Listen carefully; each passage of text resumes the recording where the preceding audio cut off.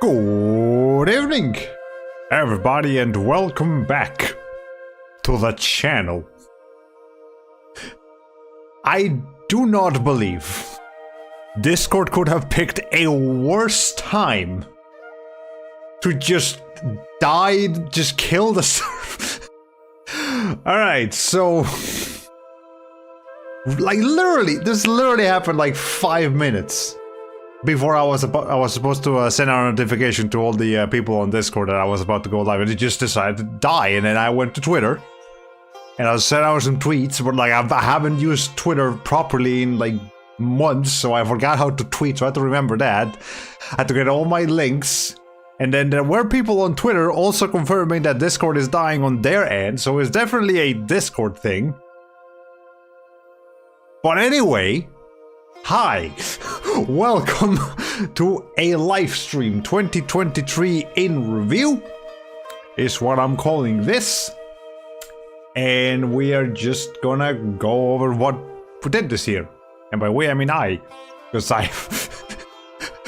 saying we means that there was a community involved in here, and I really did not do any efforts in growing my community or really anything in particular as far as content creation is concerned over the past couple of months. So this stream is just to kind of go over that and just, you know, talk, because I haven't been able to talk with you guys in a long time. Anyways, I do see Akel Labs and John Apic here in chat. Welcome to the stream. I hope you guys will enjoy your stay, and hopefully a couple of more people join. But I wasn't able to notify anybody else directly, and you know, tweeting out that you're going live is just like screaming into the void, so I don't think anybody's gonna see those, but who knows. Anyway, so what I have for you today is not a game or anything in particular, really. It's well, you know, nothing of the usual. I do, however, have a presentation, a Google slideshow, which is what they something I've seen a couple of people using a couple times. Let me see if I can bring that up in just a second. There you go. Awesome. We have some music to go along with our little endeavor here, so hopefully you guys can hear that. If you need me to turn up the volume a little bit, let me know, but I did do some test recording and it sounded alright. And do know that there is a difference between listening in with headphones and listening in with speakers. So yeah. Alright, so 2023 year in review featuring your local scroll that says how it was the year. I have not... it was a little bit jarring to see that the last time I did a live stream of any description was the Honkai Star Rail first impression stream. That was like a week, give or take, after that game came out.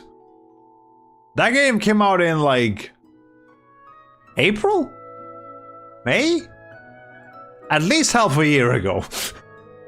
Which is quite jarring to think. Anyways, cute quick art. Did you draw those, Chris? I did not. These and many other of the little illustrations that you will see in today's presentation are from a Japanese website called Irastoya.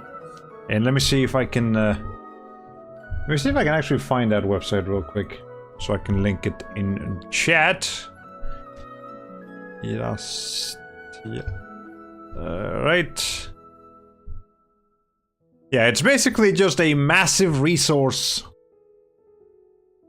of free art, like clip art kind of things, and they're all royalty free. You can use them for whatever you want, whenever you want. There are like thousands of illustrations. The only thing is that there is a language barrier. But you might want to use DeepL or Google Translate or something to find out the Japanese words for the things you're looking for. But yeah, if you just need, just about anything, use Irastoya. Very good website. Anyway, before we get too distracted with just the website, let me actually make sure we continue our presentation here. Alright, so 2023 year in review.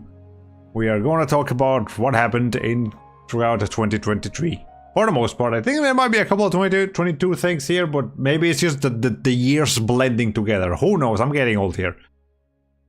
So where have I been? I have mostly been occupied with work.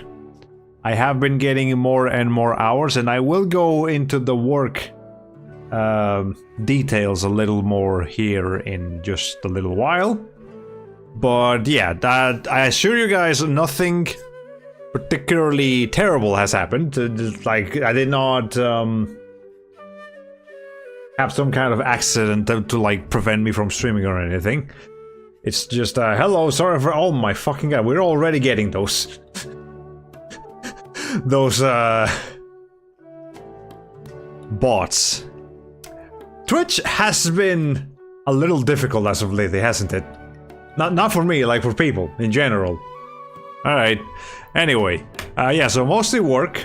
That's where I've been. I've been getting a lot of hours, and that is overall a good thing. Again, we will get into that a little bit more here in a few minutes. Life in general, again, nothing major has happened, nothing life-changing. No, we didn't move, or we didn't, there wasn't any major loss or major gain or any, like, particularly large change in my work. It's just life, general. Your text boxes don't get rid of the... Yeah, unfortunately, I think the text boxes are linked to the Restream website, which is what I'm using to stream to both Twitch and YouTube right now. And those are not quite advanced enough to make sure that they understand that that message got deleted. So it's just gonna kind of sit there for a little while. Don't know if I can delete it from OBS. Probably not. I don't want to mess with it too much. I'm rusty on OBS. I don't know what to do here. Okay. And I have not felt a strong urge to stream for a long time. More on that later, as you can see here. But just a quick summary. Yeah, I mean, this live stream that I'm doing today, I had to dig out all of my live streaming gear to actually go live. I did not have my microphone set up. I did not have my webcam set up. I put away my desk light, my desktop light, because I wasn't using it. I was only using the other lamp that I have in my room. I had to update OBS. I had to reinstall VTube Studio. I have not touched streaming in any way, shape, or form. Actually, this is the first time I'm streaming with our new internet service. We did get a new internet provider when we had to renew our lease back in like July. This was not by choice. That's a whole mess. But anyway, yeah, we have a new internet provider. They're slightly not as good. I mean, we haven't had any real problems with them. But it's just kind of stupid that we had to switch internet provider because the property said so. Landlords suck, man. Alright. I mean, it'll be easier next time, yeah. I've yet to form a single positive thing to say about our new ISP, yeah. I don't have anything particularly negative to say about them either, but yeah, there's no... We did lose fiber optic in the Switch. That was really dumb. I hate that. Anyway, yeah, I'm gonna go into a rant if I keep going. Okay, so has work been kind of rough? I wouldn't say it's been to like an abusive level of bad or anything like that. No, it hasn't been something like worth going to Twitter and like causing a fuss about. No, but it has been, you know, has been pretty steady. Definitely one of the most active years I've had at work in, well, several years. So yeah, the new managers love me, and the new employees suck. For some reason,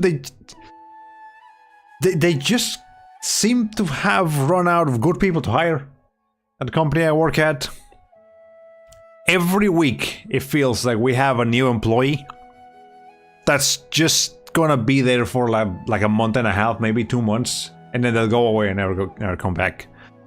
Yeah, we're getting a lot of like young people working, and like very, very young people that are working, and you just kind of have to try and teach them how to do everything, and they don't really know how to do everything. And then it's not like they're getting rid of them via layoffs, they're just, the employees are just leaving by themselves. And this is a company that used to be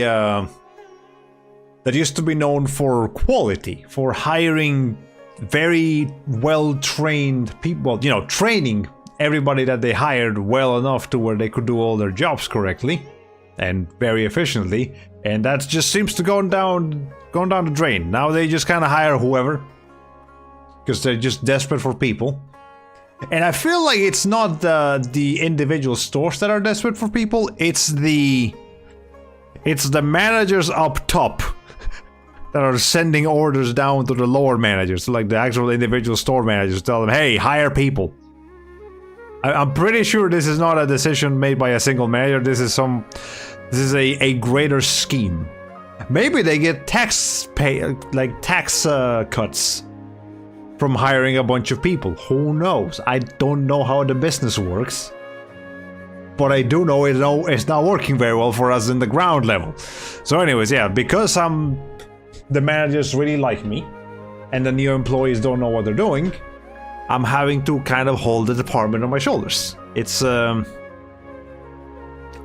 that bad. I'm definitely gonna sound egotistical when I say that. It's not like the entire department would genuinely fall apart if I wasn't there. But I'll be damned if it doesn't feel like that sometimes. It really does feel like every once in a while, I'm the only one doing anything. I'm the only one that has like a bit of initiative at work. So it's a little exhausting. It's kind of tiring. I don't want to say it's fulfilling because it really isn't, but well, whatever. It's fine. Anyway, but yeah, this has been good for getting hours because I do need money, but it's also taking up my free time. So that's part of why I haven't been able to stream, because I just don't have that much time. And the little time that I do have, I'm choosing to spend on other things, which is not necessarily that much of a problem. If I was a professional streamer, had like an audience to answer to on a consistent basis, then yeah, we would have a problem. But thankfully, I'm just a hobbyist streamer, but I do still feel some sense of responsibility to let my usual people know what's going on. So that's why we're here. All right. Now, despite how many hours I am getting right now, I am probably gonna have to try to get a second job in 2024 because I need money. I'm currently just barely making it. Just barely making it, and that's before I've even really done my my calculations for how much money I'm getting and spending on a monthly basis right now. Pretty sure I'm gonna need more money very soon. So I'm letting the holiday season pass because I don't want to overwhelm myself with too much work. But most likely they are going to start reducing hours for everybody come 2024 once the holiday season ends and management doesn't want to spend as much money on employment. So I'm gonna have to seek for a secondary form of employment. I'm thinking probably some kind of delivery work. So like grocery delivery, or I heard one of my co-workers say that like food delivery can pay really well if you do it like on the weekends, but I don't do it on the weekends because I'm working on the weekends. So I can't dedicate like a full Saturday to doing that. Now, okay, Fridays apparently are also a good day, and I am usually off Fridays. So that is a possibility, but I'm still thinking grocery delivery might be a better fit for me. But nonetheless, I do kind of want to get a second job. But no, I don't want to get a second job. I'm thinking when I have to get a second job. And that's going to be even less free time, of course. And then I also do know that I'm going to put an ultimatum for myself. to not be working where I'm working right now, at least not in that specific position, by the summertime. Because it is too damn hot during the summer. This past summer that we just had in 2023 was definitely the hottest summer I've ever been alive for. It was really bad. And guess what? Next summer, it's gonna be even hotter. And guess what? The one after that is gonna be even hotter still. It's gonna suck. On that note, my job requires me to go outside every once in a while. Again, I don't want to get too specific on what I do or where I work and all that, but I do have to do some outside labor. And it's very, very exhausting to do that during the summertime.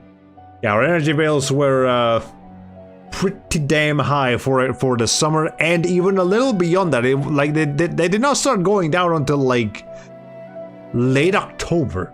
It was hot all the way into October, and even a bit of November too. Some days in November were like annoyingly hot, like high 70s. It should not be high 70s in November, planet Earth, but here we are. And unfortunately, I do work at a, again, I don't want to get specific, but I do work at a company where I'm pretty sure a majority of the customers and management and, you know, a fair amount of the people employed there are the kind of people that think climate change is a myth. Don't believe in climate change. It gets hot sometimes, get cold sometimes. That's all that matters. So they don't really pay too much attention to the actual damage that might come from extreme, never seen before temperatures. But I do, because I'm out there.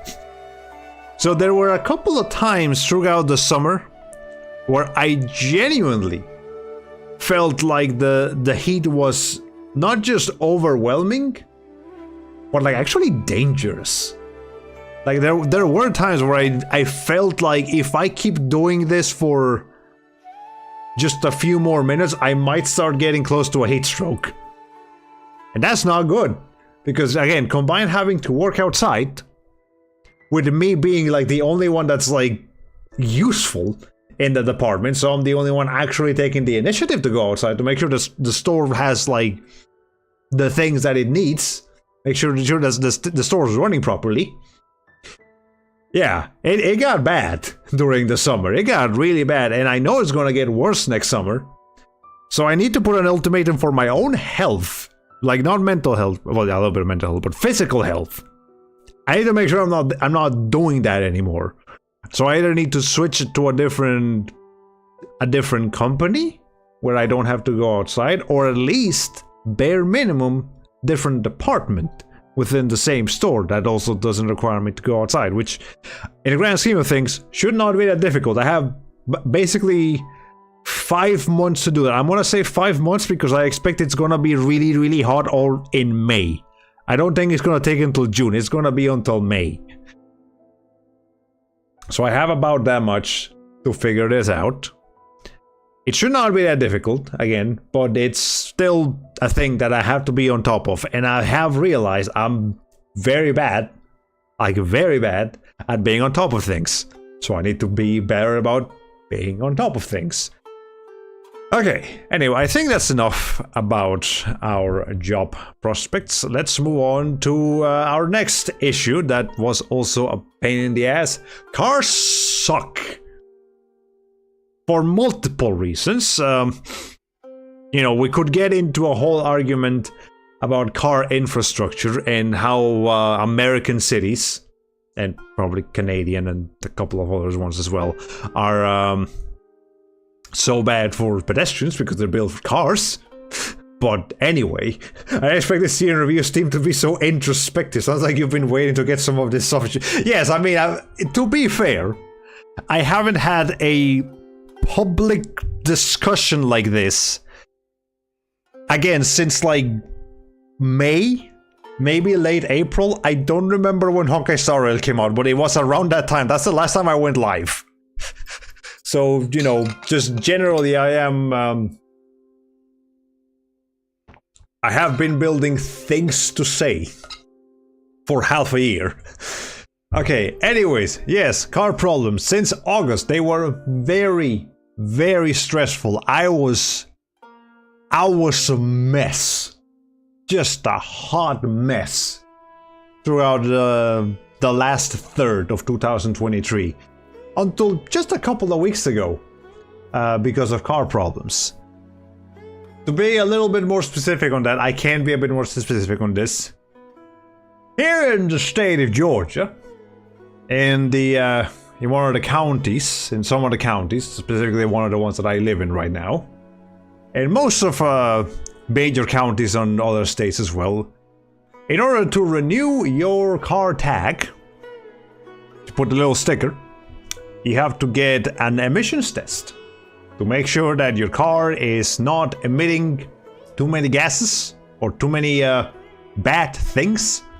Supposedly, that's the written reason as to why you have to get an emissions test. And hey, fair enough. Whatever, you know, pollution is bad. We have to make sure we're not making it worse with our cars. It would be, you know, it would be a great solution to just not make people rely on cars as much as they do.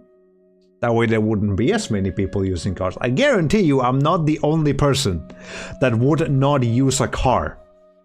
If I had the option not to use one. If we had really good public transit, if we had walkability, I would not use a car. Because in my home country of Colombia, I did not need a car. We did not need a car. My dad had a car, and he used it to travel to and from town and out of town, and you know, it was very important for him because he did have to travel a lot. But the average person like me and the other people in my family, no, we did not need a car, and we never had to use it, and taxis were available, and everything was fine, and you know, everything. Hey, Bongo V1, welcome to the stream. Hope you enjoy your stay. We have been ranting. This is a ranting stream. Motorcycles are... Well, I mean... Motorcycles are fine. I mean, they're a little bit smaller, but the problem is relying on vehicles. It's really about vehicle reliability, whether the vehicle is a car or a motorcycle or a flying car. I don't care. The point is, people shouldn't be. It would be great if people weren't required to own a vehicle, and if we didn't have to own a vehicle, we wouldn't have as much of a pollution problem. Which, you know, to bring this back around, if we didn't have as many vehicles on the road, there wouldn't be as many requirements for an emissions test. And the emissions test was the problem. I was having the headache of my life throughout the last couple of months, because you have to renew your tag around your birthday. My birthday is in September. So they give you a little, like, letter about 2-ish months before your birthday. You know, hey, make sure you renew your car sticker before it's your birthday. You have to pay a little bit of a higher fee. Not too bad, the fee, but point is, you know, it's telling you know to, hey, go get your emissions test and make sure you have your tag ready. And admittedly, I was a little bit neglectful on this. I should have done this since like early August. I waited until early September to start really worrying about my car, but I used to have, you can read the rest of the slide here to figure it out, but I used to have a Mazda CX-7 from 2007. That thing was a piece of junk. The used car, obviously. I don't think I'll ever be able to, well, maybe someday. But point is, I cannot afford a new car, so I had to just get whatever used car I could get my hands on.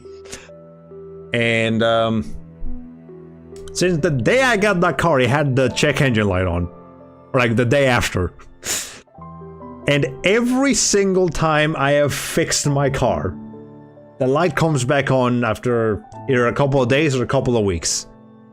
Sometimes it's the same error, and I fix it.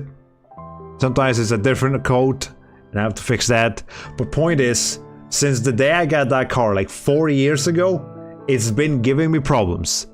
Now, usually every year, at around my my time for emissions test, I am able to fix whatever problem the car has, so that I can pass the emissions test. You cannot pass the emissions test if you have a check engine light on, or a maintenance required light on. I'm pretty sure they're the same thing, but usually I'm able to fix it, or trick the computer into believing that I passed the test by just disconnecting the battery and reconnecting it, and hope that the error code does not come back before I get my emissions test. Usually that works, but not this year. For some reason, I did the usual. I tried to get my car fixed, and I got it fixed, and I took the codes out because you know, the thing was fixed, so I had to drive for a little while to make sure that the car is ready, as they say. Like, the car has to be ready after you fix it and you clear your codes. To get it ready, you have to drive for a while. But for some reason, after the first time I fix it, 80 miles later, not ready. Supposed to be ready at around 50 to 60 miles, give or take. That's the usual. It's time like 80 miles later, not ready. Take it to the emissions, it's like, yeah, it's not ready, you just go drive it some more. Alright. So I drive it some more. And guess what? Not ready. It's like 150 miles later, not ready. Alright, drive it some more. 200 miles, 250 miles, not ready. What the fuck's going on? So I take it to my mechanic, and they're like, hey, what gives? So he checks it. No, it's nothing wrong with your car. Just keep driving it, I guess. Okay. Drove it a lot. I drove that car more in a couple of weeks than I did in like 4 months or 5 months. It was ridiculous how much I was driving that thing. Just making extra trips for the sake of having more miles in my car so I could get it ready. And I just wasn't working out. And then eventually the check engine light came back on, so there was a new problem I had to go fix.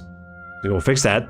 It's like, okay, but you know what? This time the check engine light was a little bit reassuring, because the previous problem was that the car had a problem, but it wasn't telling me what the problem was, and the mechanics could not figure out what the problem was.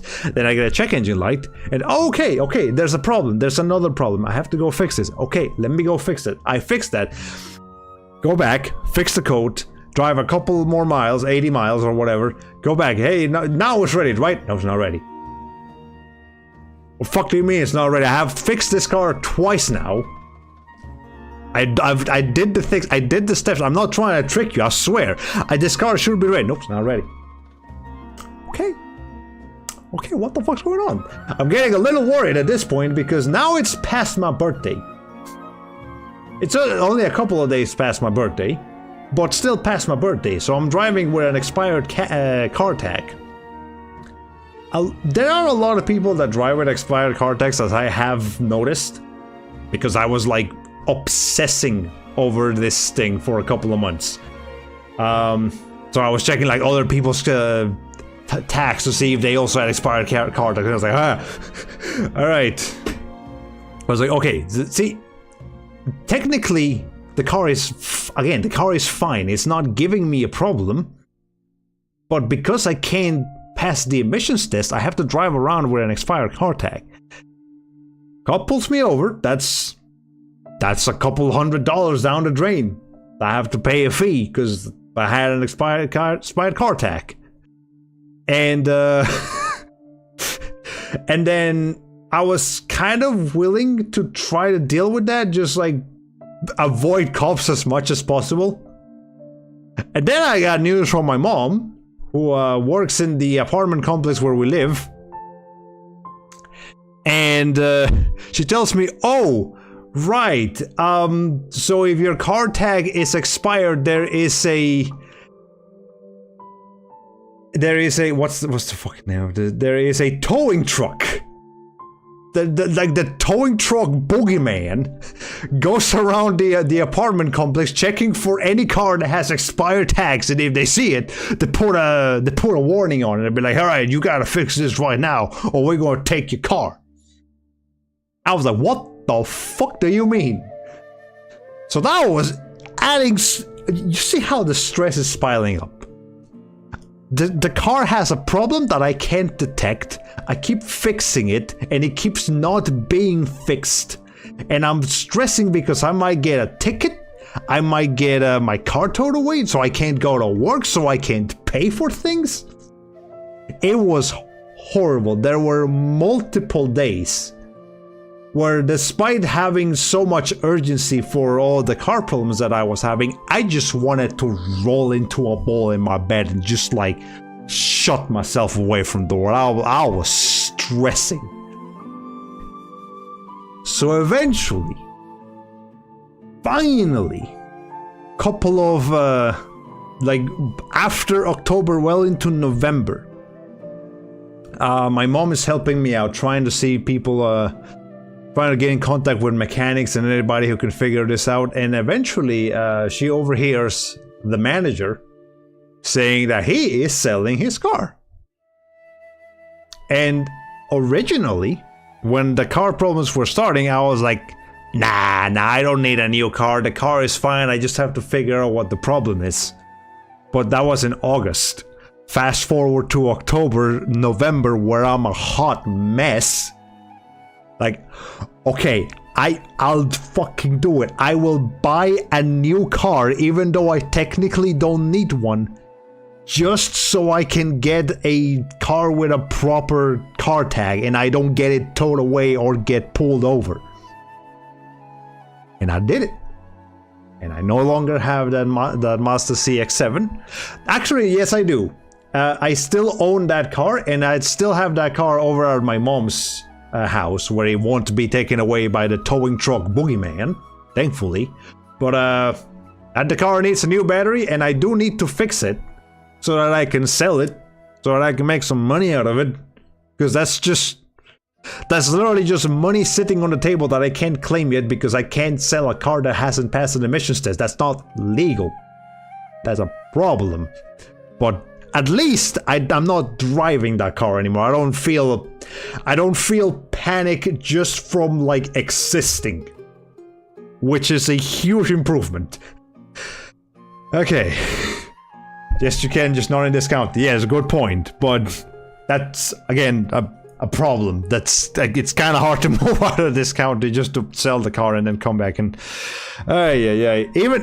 Even just having to now I still have car problems of having to fix that car so I can sell it. So I'm still not done with car problems. And also the Nissan that I just got is also giving me car tire problems, but at least that should be easier to fix. That should just be replacing a tire. Hopefully that's all that I have to do with that. Anyway, okay. That is a lot of car problems. Let me catch up with chat, see what you guys have been saying the past couple of yeah, but yeah, you almost forgot about the whole ordeal of the emissions test. Yeah, that was like the main reason why I was stressing so much about that. Do you think whoever sold you the Mazda did that battery trick themselves, and that's why the check engine light turned on so soon after? Probably. Most likely, in fact. I can confirm that the person that sold me the car was not a particularly honest man. So, yeah, very possible that that's what happened. Motorcycles are cool because you can play card games on it. There's a Yu-Gi-Oh! 5Ds reference, by the way. I've always kind of wanted to watch a little bit of Yu-Gi-Oh! But it's also a little much. Don't really have the time for that right now. It's exhausting to overteam. Must have been 100 times more exhausting for you at the time. Yes. As I just explained, that was a mess. Yeah, tech problems are annoying as hell too, but I would argue car problems are even worse because I at least know a little bit of tech. If I have computer problems, I can kind of figure it out. I can Google it on my phone, I can ask for help from some people around me. Car problems, you are stuck with just mechanics. Unless you yourself know how to do a little bit of car fixing, you are stuck with mechanics. The mechanics are very expensive. Unless you get some of the, unless you get some contacts to get some cheaper ones. But the problem with cheaper mechanics is that they're not as reliable. Not necessarily that they're bad at being mechanics, but they're hard to get a hold of. And hard to reach. And sometimes they don't answer the phone. And by sometimes, I mean 80% of the times, they don't answer the phone. So you can do a goddamn thing. I'm glad I'm able to laugh about this now, but goddamn, I was a mess a couple of months ago. Okay, yeah, that was on purpose. That was a terrible time. Yeah, somebody definitely screwed me over when I got that Mazda, and I myself don't ever want to own a Mazda ever again for the rest of my life. But I have heard, I did in the research months that I did, apparently Mazdas are okay now. If you get a newer Mazda from the last 8-ish years or so, it should be a reliable car that's not gonna break down on you all the time. Supposedly. That's what Reddit told me. Take it with a grain of salt, it's Reddit. Alright. Hello, Firestorm447, welcome to the stream. Hope you enjoy your stay. Once again, this is the ranting stream. I am just ranting about 2023 for as long as this slideshow has slides to give me. I don't even remember how many slides I made, like 15 or something. We're on like slide 3. We got a long way to go, fellas. Alright. Enough about cars, enough about, well, let's talk about something slightly more fun. Slightly, not not too much. Actually, this is a bit of a topical thing to bring up because of those Twitch terms of service changes that they just made on Wednesday and rolled back this morning. That's funny. That they did not see what, they did not predict what was going to happen. Yes, you're gonna let people do the anime titties and the real life titties. They're gonna go a little wild. And if that's not what you're looking for, then it's gonna be a little bit of a problem. And I realize I'm saying that when my model looks like this. I am aware, but still, this is much, much tamer than what I was, than what some people were showing on here on Twitch TV. Used to be a good time for me to take a break. BRB, alright. Anyway, so yeah, I am supposed to be an artist. First and foremost, this model that you're seeing right now, this VTuber, I did draw this several years ago. How long did I draw this again? Like 2021? I think 2021, yeah. Alright. Anyways, so yes, this has been a very slow year for art for me, including including the YouTube thumbnails. Not the ones that are just scribbles, but like the ones that were actually properly drawn. I've only made 15 pictures this year. In 12 months, 15 pictures. That's not good. It's supposed to be, again, it's supposed to be an online artist. That's really the main thing I consider myself on the online space. An artist. Artists do a little bit more than 15 pictures per 12 months. But, well, I mean, it's not really like a quota or anything that you have to like keep track of, but still. It feels a little disappointing, and I definitely understand the sentiment, because when I go to another artist, and I see that they have really good art, and I want to see more of it, and then I look through their art archive and I realize that they upload very infrequently, only once every couple of months, I get disappointed. So I'm even more disappointed in myself that I have been disappointing other people by not pumping out enough content, even though I do have the ideas. I want to stress that this is not an art block, like it's not a creative block that has led me to not drawing. It's other factors. Again, mostly lack of time because of work, because of life, because of cars.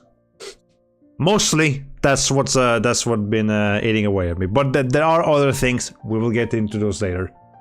Point is, 15 pictures in 12 months, not good. Definitely should be pumping that up into the next year. But mostly been a viewer this year, not a creator. And I have been finding more and more artists, mainly on Pixiv, that I appreciate the art of. And I do have to point out, for those unfamiliar here in the chat, I am an NSFW artist, specifically. You can check out my art on Twitter and Pixiv. I probably have a link to those. I at least have a link to Twitter somewhere in the YouTube description or the Twitch description. Probably both. Actually, definitely both. If you want to see it, it's over there. Just go to the media tab and go to the link tree and all that. You can do so at your own pace.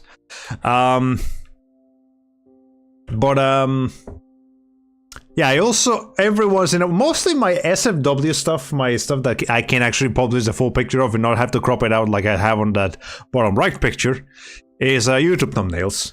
And I do quite enjoy making those YouTube thumbnails when I'm really ready for a series, but as you can see, that's become increasingly rarer. So, yeah. But yeah, mostly a viewer this year, not so much of a creator. And mostly I have been discovering artists that touch on topics and subjects that I originally did not think I was ever going to like in the NSFW side of things. But those artists have their ways.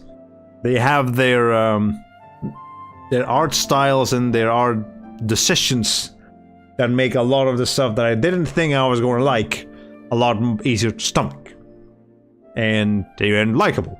So, hey, that's cool. I want to get a bit more experimental. That's what I'm trying to say. I want to try a couple more things. I want to do a few more interesting choices. It's kind of hard to talk about NSFW art in a serious manner without explicitly saying what I'm trying to do, because this is Twitch and they no longer allow porn as of couple of hours ago. That's just kind of funny that happened. Anyway, I have also realized throughout this year, because while I only published 15 pictures, I did make rough drafts of more than that, like at least twice as many pictures as that. Just sometimes I just pick up the pen and start drawing. And I have realized throughout that I lose a lot of passion, a lot of drive for a particular drawing if it is not original characters, original content, because I have the most creative freedom with original characters. And it's not really something new. I've always known about this, but it was kind of interesting to see just how quickly I can lose drive for something if it's not a character that I created. So, going forward, I definitely do think I want to keep focusing on original characters. And that is what I have been focusing on the past year or two, if you check out my art. But, for those of you that have followed me for much longer, you will know that I used to do more, fan art than original art, particularly with like Elsort. I used to do a lot of Elsort fan art, and every once in a while I still feel like I should do something. And usually I have a yearly tradition of making it like at least one Elsort picture a year. I didn't happen this year. That just didn't draw Elsort. Just did not happen. Wait, did I? No, that was last year. I'm thinking of. Yeah. This year I didn't do anything like that. So, speaking of Elsort, I am aware that they did just get a new character. I think she might have gameplay already, Lithia, but I haven't actually checked out the gameplay.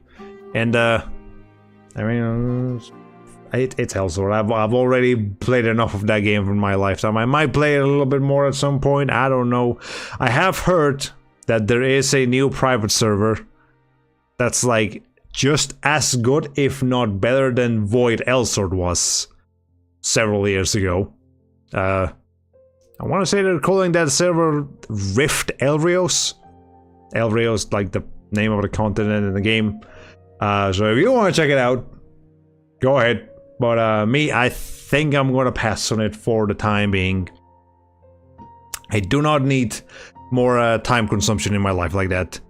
Alright, that's about enough of that. But you're not gonna get back into streaming, right? I hate to disappoint.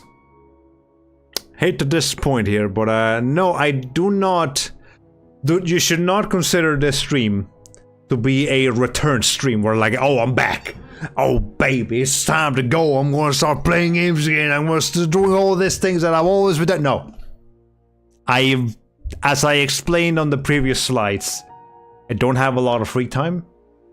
And I'm gonna have even less free time going forward when I have to get a second job just so I can keep paying the monthly expenses. So when I do go live, it's gonna be when something that I personally want to do, like this stream right now. I felt like I wanted to end the year with at least one more live stream, one more proper live stream. So I felt the need to do this, and I made the presentation here. I did it today. This presentation, I did it just this morning.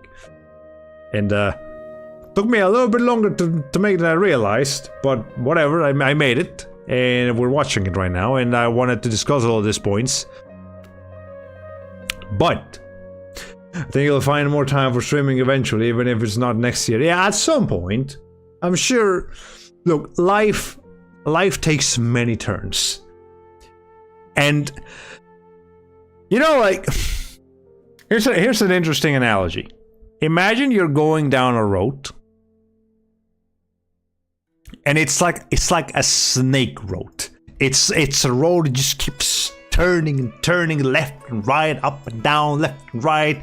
Go up a hill, you go down the hill, and while you're doing the hill, you have to make a U-turn at some point. But it's surrounded by a mountain. And the road is surrounded by a series of mountains. While you're driving, while you're on the road, you can only see the first turn. You can only prepare yourself for that first turn that you're about to have to do. You can only see the sign, but you missed the sign that told you this was going to be a snake road. So you're only preparing for one turn, and you do that turn, and then now you have to prepare for the next turn that you didn't know was going to be there. And little did you know, there's going to be a turn every 5 seconds from here onwards. So you never know. Life takes many turns, and you're not gonna know of like most of them. You're only gonna know of like one of them at a time, if you're lucky, if you are paying attention. So yeah, maybe we'll take a turn for the better, and like in 2025, 2026, when I'm an old man, I sound like this, and I'm no longer the young lad I used to be. Nah, I'm kidding. You know, maybe something will happen and I'll have more time, and we'll do live streams again, and I'll be okay. But yeah, but you know, again, we don't know. But as of right now, what I can foresee in my future, it's gonna be really difficult to do more live streams. So we're not gonna count on those. How about show movie streaming on Discord server? Yes, we do have a couple of those planned. We're a lot. I think it was a road metaphor from my own life before too, but you were a lot more bleak about it. If you want to share it, go right ahead. But yeah, that's my road metaphor for today. I'm done talking about cars, by the way. I'm fucking tired of cars and roads and accidents and repairs and that. All right. Now on the subject of more specific streaming, full game playthroughs are a little bit much for me. And I forgot to mention this on the previous point. They're also a lot of commitment for me and you, because a full game playthrough, especially a live stream of a full game, is, I mean, that's just think about it. That's several hours that that's not just I'm asking for myself, but I'm asking for you guys to be available for, so you can watch the thing at like a specific time, and I have to be in the mood for it, and you have to be in the mood for it. And I know the live stream archive is always an option, but let's be real, most people don't really watch the full live stream archive unless it's something that they really care about. And keeping the energy for an entire game playthrough is challenging. It's very challenging. If it's not a game you're particularly passionate about, or a game that's just difficult to commentate over, it's a lot. We did one of these this year. I did Resident Evil Code Veronica in like April, March, February. I don't remember when I did Code Veronica. I think it was during spring break, because I decided to take a vacation. Like just like the kids were taking a vacation for spring break, I was like, you know what, I'm gonna take a vacation. So I took a 1 week vacation, and for that 1 week, that's when we did Code Veronica. And during that livestream series, I mentioned that the fact that like we are doing this precisely because I'm on vacation, not because I normally have the time for this kind of stuff. And indeed, the prophecy was foretold. That was the only full playthrough that I was able to do this year. Every other live stream that I've done this year was something like this, where we're just talking, or was just like a one-off first impressions kind of thing, like the Honkai Star Rail stream. Pretty sure I did a couple of Genshin Impact streams. We did that one for Hi-Fi Rush, and probably something else. I don't remember. Oh, all right. I think I remember that. Like earlier this year, I said I was gonna do like a whole series about going through my backlog on stream, and we did that twice, and then never again. Do you see how inconsistent I am? It's a problem. So I don't want to commit to anything when I don't know for a fact that I can commit to something. On that note, one of the reasons I like to do the full playthroughs of games, or even just first impressions in general, is because I like to show off games. Maybe somebody else will see the game, maybe somebody else will like it, maybe like, yeah, there's something I want to try out. So to replace the live streams, I did start a gaming journal channel on my Discord server, and I think that's been doing the trick a little bit. It's been letting me share gaming experiences and letting people know about games that I personally try, and where I like them or don't like them, where I recommend it or don't recommend it, where something funny happened or something okay happened. I've been doing that on the gaming journal. And it's obviously not a proper replacement for a full livestream series, but for the purposes of most games where I don't really want to commit to a full playthrough anyway, I think that's fine. So yeah, as I promised a Stable Diffusion livestream like a year ago, and still haven't done it. Yeah, yeah. A lot of us live streamers and content creators, we will think of an idea, because I don't know about you guys, but me, I'm thinking ideas all the time. All the damn time. I'm thinking of creative new ways to present a game, or make my own game, or do a live stream, or do a video, or do a piece of art. I'm coming up with ideas for everything, all the things, all the time. I love to say the ideas. I love to like write down the ideas and tell the ideas to the world. But when it comes to actually doing the ideas, forget about it. It's not gonna happen. I can't commit. There's this one meme of like the little girl. It's on one side. She's like all dreamy, thinking of ideas, and she's got a little notebook and she's super happy about it. And then on the other picture, she's having to actually work on the ideas. She's like writing down on a piece of notebook, and she's like up on the brink of tears. That's me.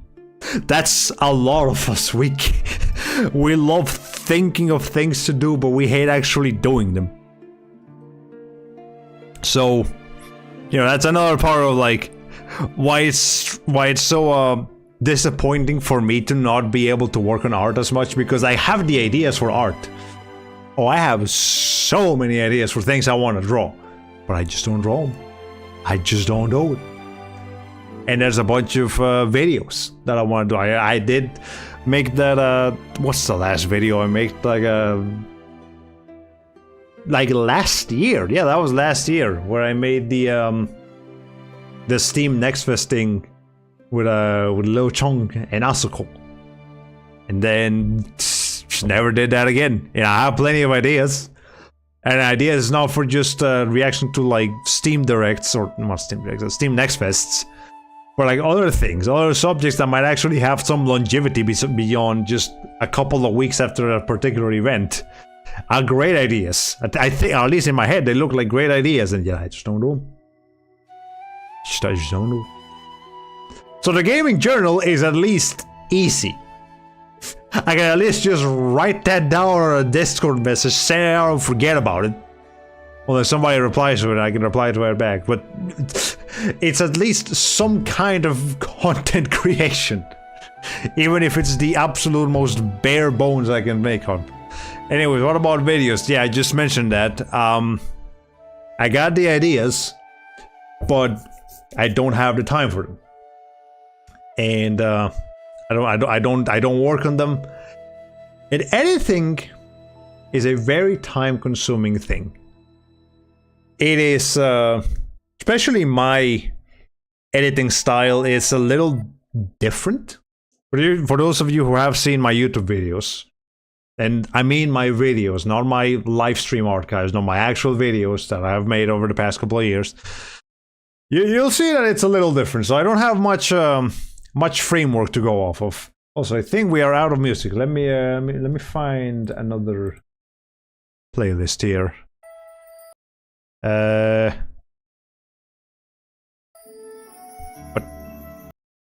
But it's giving me Xenoblade Chronicles music, and that's great, but I've never played those games, so let me switch to something else. Okay,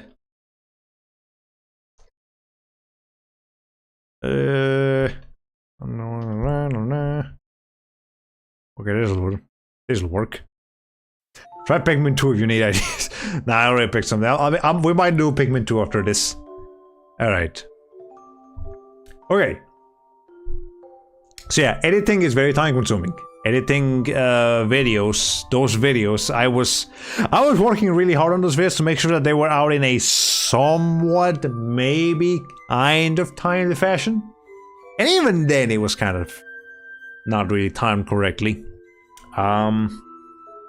So on that note, I have two pictures in this slideshow. You might notice one of those pictures is a little different. The Raccoon Sheep Raider, that looks like your art style, Holo. What's going on with that?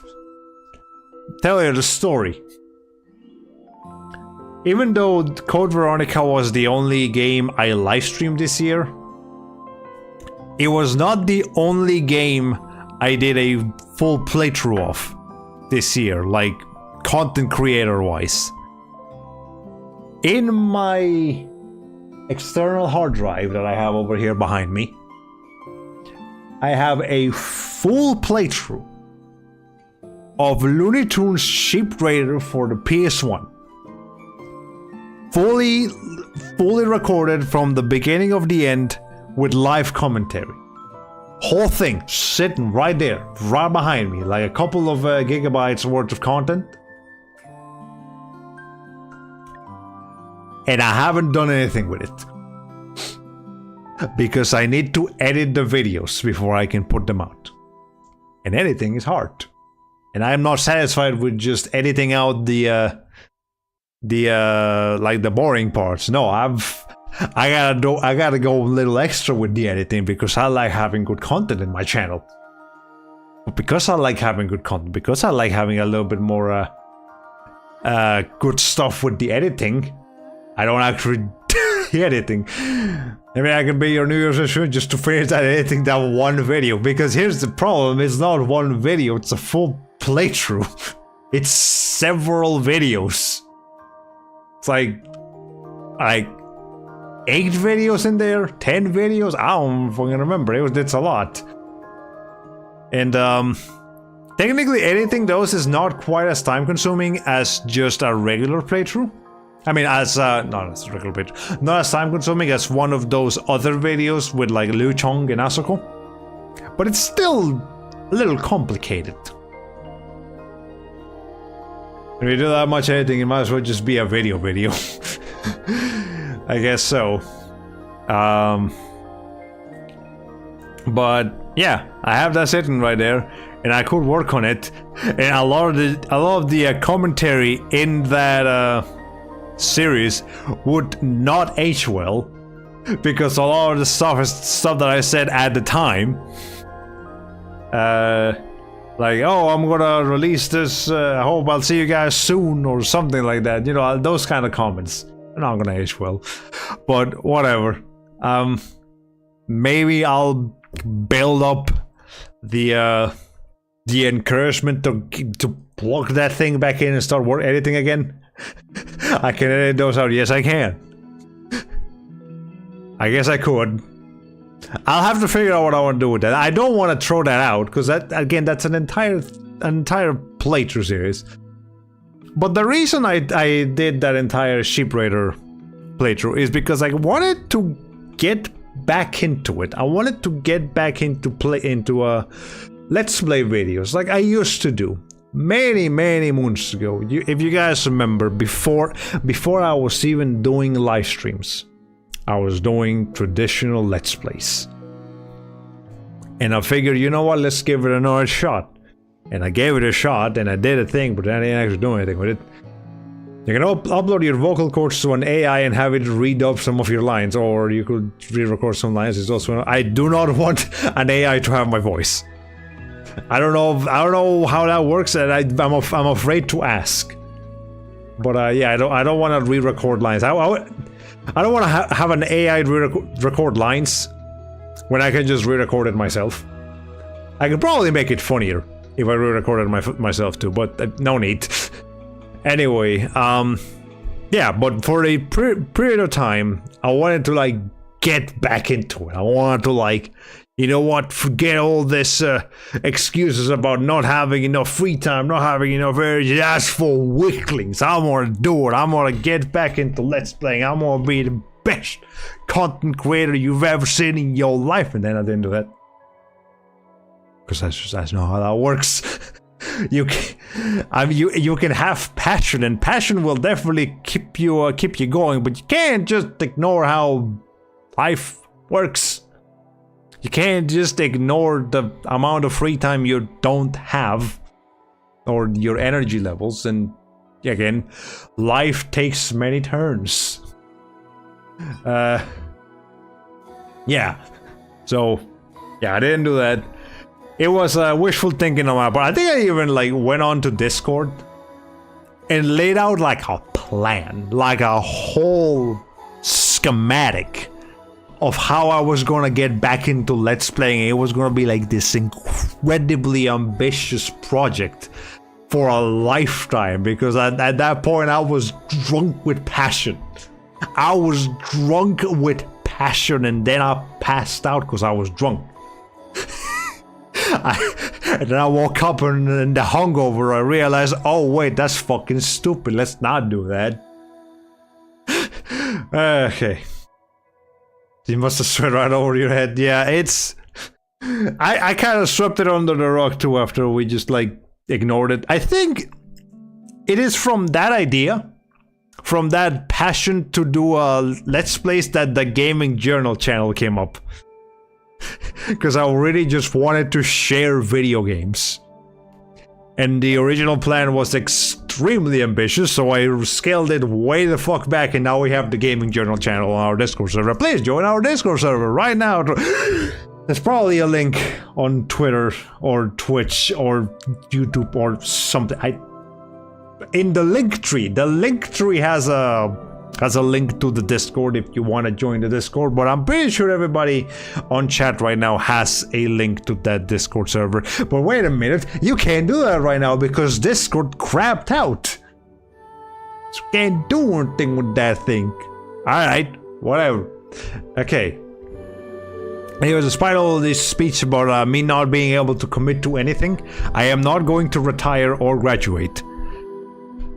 Which is a term that I don't like. The whole graduation. That is a very VTubing thing to do. Oh, you can connect to our server. Great. Discord fixed their shit. Good job, Discord. I really wish you hadn't broken your shit when you did, but whatever. Anyway, so to briefly explain what a VTuber graduation is, for those of you that are unaware, it's a retirement. It's just choosing to end your activities on as a content creator. That's the very, very basic, bare bones description of that. But it gets a little deeper than that. Because you can graduate as an indie VTuber. That's just a guy or a girl with a webcam and a camera and a VTube studio and some video games. But you can also graduate as a full-fledged, like, corporate VTuber with, like, a contract. And I'm pretty sure that some companies, I don't want to name names here, some companies have definitely taken advantage of the term graduation to disguise what they're really doing, which is layoffs.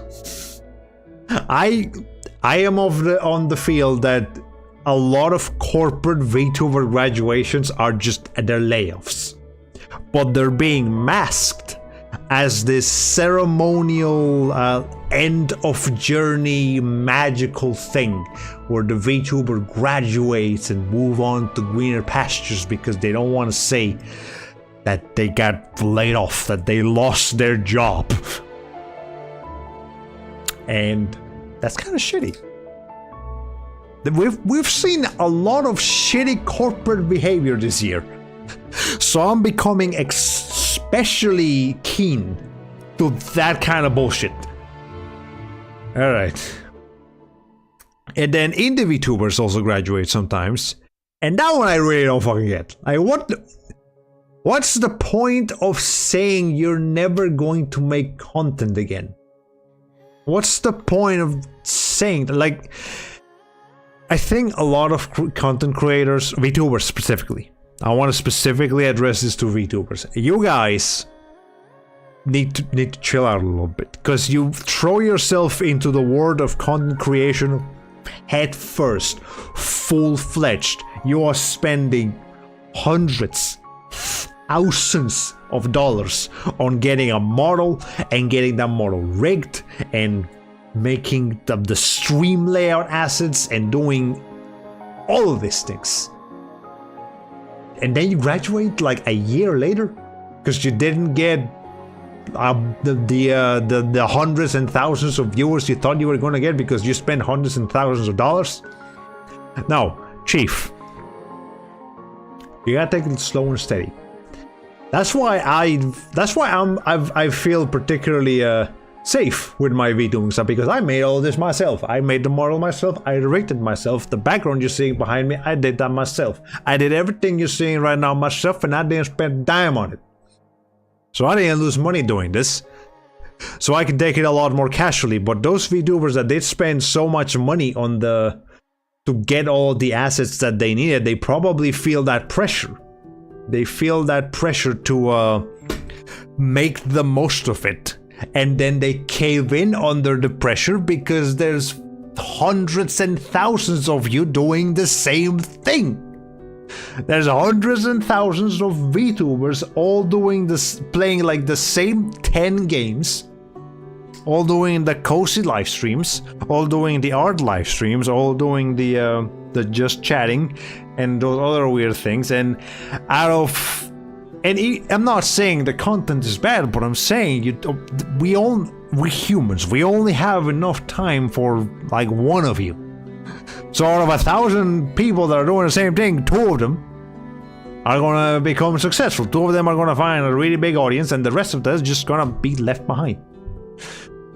So they get demotivated, VTubers get demotivated and they spend, again, a lot of money, a lot of time, a lot of effort, a lot of mental capacity, and then they don't get the reward they want, and they just burn themselves out and graduate and retire because they think they're just not cut out for it, is what they tell themselves. And hey, you know what? To some extent, they might be right. It might be true that you're not really cut out to be a content creator at a professional level. But the problem is that you threw yourself in thinking you were going to be professional, thinking you were going to get that that Twitch what's the Twitch partner or YouTube membership or whatever, the super YouTube member, whatever that thing. You thought you were going to get a bunch of followers, you were going to be able to make a career out of this. No, you don't expect that that's going to happen.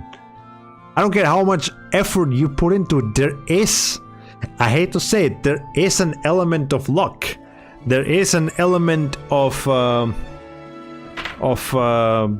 the stars aligning for you to become a professional content creator. And once you do get that stroke of luck, once you do get that one thing that really sends you to the stratosphere, you gotta keep it up there. Because if you don't put in the effort to keep it up there, you're gonna fall right back down. And hey, guess what? Putting the effort to keep a channel going, like a live streaming career or just content creation in general, it looks fun and it might be a very fulfilling career if you're a creative, but it's still very exhausting. It's not something that everybody should try to do because it's not something for everybody. It is fun, but it doesn't mean that it's a good fit for everybody. So, yeah, too many people throw themselves out and set expectations for themselves that are too high, then burn down. They burn themselves out. Go right back to the beginning of. No, they don't go back to the beginning. They burn themselves out and just quit. They graduate. They delete their channels and they make a vow right then and there to like never make content again. And now I say just take it casually, dude. You know what? I remember seeing somebody saying a couple of months ago that they would love to see more like grade school scribble VTubers. Like, hey, just make a little fucking scribble character. If you really want to be a VTuber and don't have the budget or the artistic skills, say fuck it and just do a paint, just do a the Microsoft Paint character, and have that little like Discord plugin that lets the little drawing jump a couple of times when you speak. Just have that on a live stream and try it out, and do it as a hobby. Do it every once in a while. You won't see me graduate. You know why? Because even if I don't stream for another year after today, I'm still gonna have the possibility open. I'm not gonna say that I'm never gonna live stream again. I'm not gonna say that I'm never gonna do this again, because it's just kind of a feel. You gotta feel the moment. You gotta be in the moment. You gotta feel it. And just because you don't feel it right now, I mean you're never gonna feel it again. You might. You know that. Alright, let me catch up with chat real quick. Okay, I dislike AI with a passion, so mad respect for not using AI voices. Yeah, I've seen a couple of videos on YouTube that use AI voices, and every time I catch it, I like puke in my mouth a little bit, because they always use it in a way that's almost meant to trick you. Like, nobody that uses AI voices is honest about the fact that they're using AI voices. I hate that. That's suspicious. Very suspicious. Don't like that. Okay. Now give me a second. I think this just changed music, and I don't know what we're listening to right now, so let me make sure no, actually no, we're still in the Fontaine music playlist. Alright. Okay. Anyway, so yeah, it's a weird phrase, the whole graduation thing. like a gift basket with chocolates and roses with a card attached to say, "You're fired." I feel like we saw a John Oliver video about that this year. About some company that tries to make firing employees look fun. Or something along those lines. I feel like I saw that this year. Hate that that's a thing, but that's the world we live in. When you put it that way, it sounds like a AAA game studio with their higher than sky high expectations. Yeah, it's pretty rough. And again, the lines intersect with all these online games that demand 100% of the player's attention every day. Yeah. I think the next slide goes into this topic a little bit. Especially with the most. Yeah, yeah. That actually kind of lines up with social media a little bit. So when I was really into VTubing in like 2021, maybe a little bit of 2022, I used a lot of Twitter. I was on Twitter every day. I mean, I still Twitter every day, but I'm only like scroll for art nowadays. Back then, I was like actually using Twitter. And I mean like following people and like following a bunch of people and tweeting as many things as I could. And there was this VTuber tradition of doing a good morning tweet every single morning. So there was a point where there was pressure to just say good morning, because I was in that content creator mindset where you have to make sure to not only create content constantly, but also communicate with your audience at all times. But that's what crypto dudes do now. Yeah, that's kind of a fucking twist, isn't it? Twitter was, but anyway, despite everything, despite how happy I had to pretend to be on Twitter, I think my couple of months to a year of Twitter, dare I say, Twitter addiction, were some of the worst mental years of my life. Like, I was not a normal person during that time. I was especially cynical. I think I was more just like, what's the word? I was less patient. I was not sleeping as well. I felt like doom and gloom everywhere around me. There's just something about Twitter that even if you surround yourself with positivity on Twitter, it still feels wrong. It's like, it feels fake. I think that's the way to put it. It feels fake when you're surrounded by all these people saying, and the VTuber community had a lot. It's like the VTuber community was like adamant on making sure that there was positivity everywhere, and something about that obsession with positivity felt negative, ironically speaking. So for a while, I was using social media a lot. I'm glad I don't do that anymore. Particularly Twitter. Twitter is really the main culprit here. I also use Reddit. And back then I was also using the virtual YouTuber subreddit a lot. Nowadays I mostly just use Reddit for art and for Genshin Impact and Honkai Star Rail leaks. Probably leaks for some other games as we approach the next couple of months. But yeah, I just use Reddit for art and getting ahead on the news of some of the games I play. But yeah, ever since I started abandoning Twitter, I started spending more time on Discord, and I'm definitely enjoying Discord as a platform a lot more because it's more private. You know what? What's another thing that makes Twitter absolutely fucking horrible, and also a lot of social media? It's the fact that every single thing can be rated. Every single comment, every single tweet, every reply, every retweet, they can all be given likes and views and validation. So it feels like people cannot have a normal conversation. Everybody is always even when somebody is just saying good morning. That is a good morning with the intention of creating content. With the intention of that good morning has to reach an audience and be a good morning. It cannot be a bad tweet for saying good morning. It has to be a good tweet for saying good morning. It has to be good content.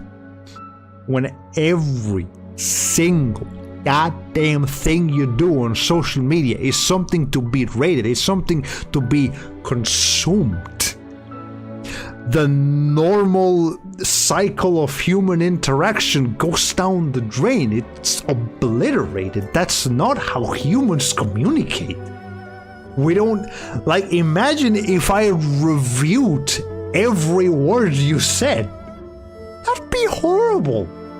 That's like the most cynical possible way to live, and yet social media, Twitter, and to a slightly lesser extent like YouTube comments and everything with a rating system has led us to go down that path. Like, everything you say can be rated. Everything you say can be a good or bad comment, good or bad content. We can't have a normal conversation like that. Discord at least lets me just say things normally. I can just say how my day was, and it's not content. I'm just telling you how my day was. That's fine. Ay. I mean, you could have made this entire live stream about Twitter's fault and still have room to go for another week. Oh my god. Remind us to, what did I say? Did I say I didn't even realize I said a joke. Anyway. Oh, right. I know what you're saying now. See? Chat is another thing. Chat is another thing that's a little bit easier to stomach because you can have a conversation with chat. It's not quite the same as having a normal conversation with real people that you're sitting in the same room with, but it's still a little bit better than Twitter. But moral of the story, get the fuck off Twitter. Just like, and there were so many opportunities this year where it really seemed like that website was going to die because Elon Musk doesn't know how to run. Elon Musk barely knows how to put his fucking pants on every morning, apparently. And that's me assuming he puts his pants on. I don't know, I've never seen a picture of him the waist down. So it looks like the man was going to shut the website down multiple times just from his stupidity, and yet the website is still up. So I don't think Twitter's going to shut down. Frankly, it's too big to die. That's one of those websites that's just too big to die. So I think more than likely, we might see Elon Musk lose the website. The Musk man will not own X, as he likes to call it anymore. I'm not going to call it X, I'm going to call it Twitter. Because despite the fact that Twitter is a bad thing, I'm still going to prefer that name over X. That it's a letter. Like, you really think you're so egotistical, so important, that you can name yourself one of the letters of the alphabet and make sure people associate you with that letter? No, when I think of the letter X, I'm thinking of like those mid-2000s generation where everything had an X on it, like the Xbox Live usernames and Extreme. Everything was Extreme during that time period, and yeah, that's what I think of when I think X. I don't think Twitter. Twitter is not radical. I mean, there are radical views on Twitter, but it's not. Twitter is radical, not rad. That's the problem. Twitter's not rad. It's not tubular. We need more tubular websites around here. When I think of X, think of, you know what, two more, we got a conversation going. Which Twitch tried to have a conversation about XXX, didn't go very well because they didn't actually have the conversation, they just did it. And then you see what happened. Alright. But to keep my sanity in check, because I do still socialize outside of the internet, that's one of the reasons I do like my job. A little bit. Okay, well, I don't want to say I like my job, but there are things about my job that I do appreciate. One of those is socializing. Because I'm spending several hours a day, several times a week on my job, I do see a lot of people. I at least talk with people. I have a couple of co-workers that I do like, not many. Not many, but I do like a couple of them. I do like socializing with them. And I also have a roommate. Roommate is in chat right now. Hey, can left say hi, everybody. I socialize with him every day. I socialize with my mom every day. At least I'm not in risk of becoming clinically online, as they say. Back when I was using Twitter regularly, I was at risk of becoming clinically online, and I saw the void. I saw the pit, and the pit stared back, and it was very ugly. Very ugly. You don't want to become clinically online. You lose your humanity when that happens. So let's not lose your humanity. Go talk with your pals or something. All right. Multiply that by 3, and you have that the website every fresh preteen looks up the instant they go to internet access back in the early 2000s. Yeah. And somehow that was still a healthier time period than what we have right now. Xbox has more recognition because it is a platform, is a box with an X. Just calling a website X is dumb if nothing about the site involves the X's. Yeah. Yeah, that's another thing. Like, the only thing about X, the website that is about X's now, is the letter X. Is the just the letter X. There is no... They didn't change the branding of tweeting or retweeting or anything else about X. It's just the name of the website. I think they're just called posts and reposts now. That's the most basic, boring ass fucking word you could use.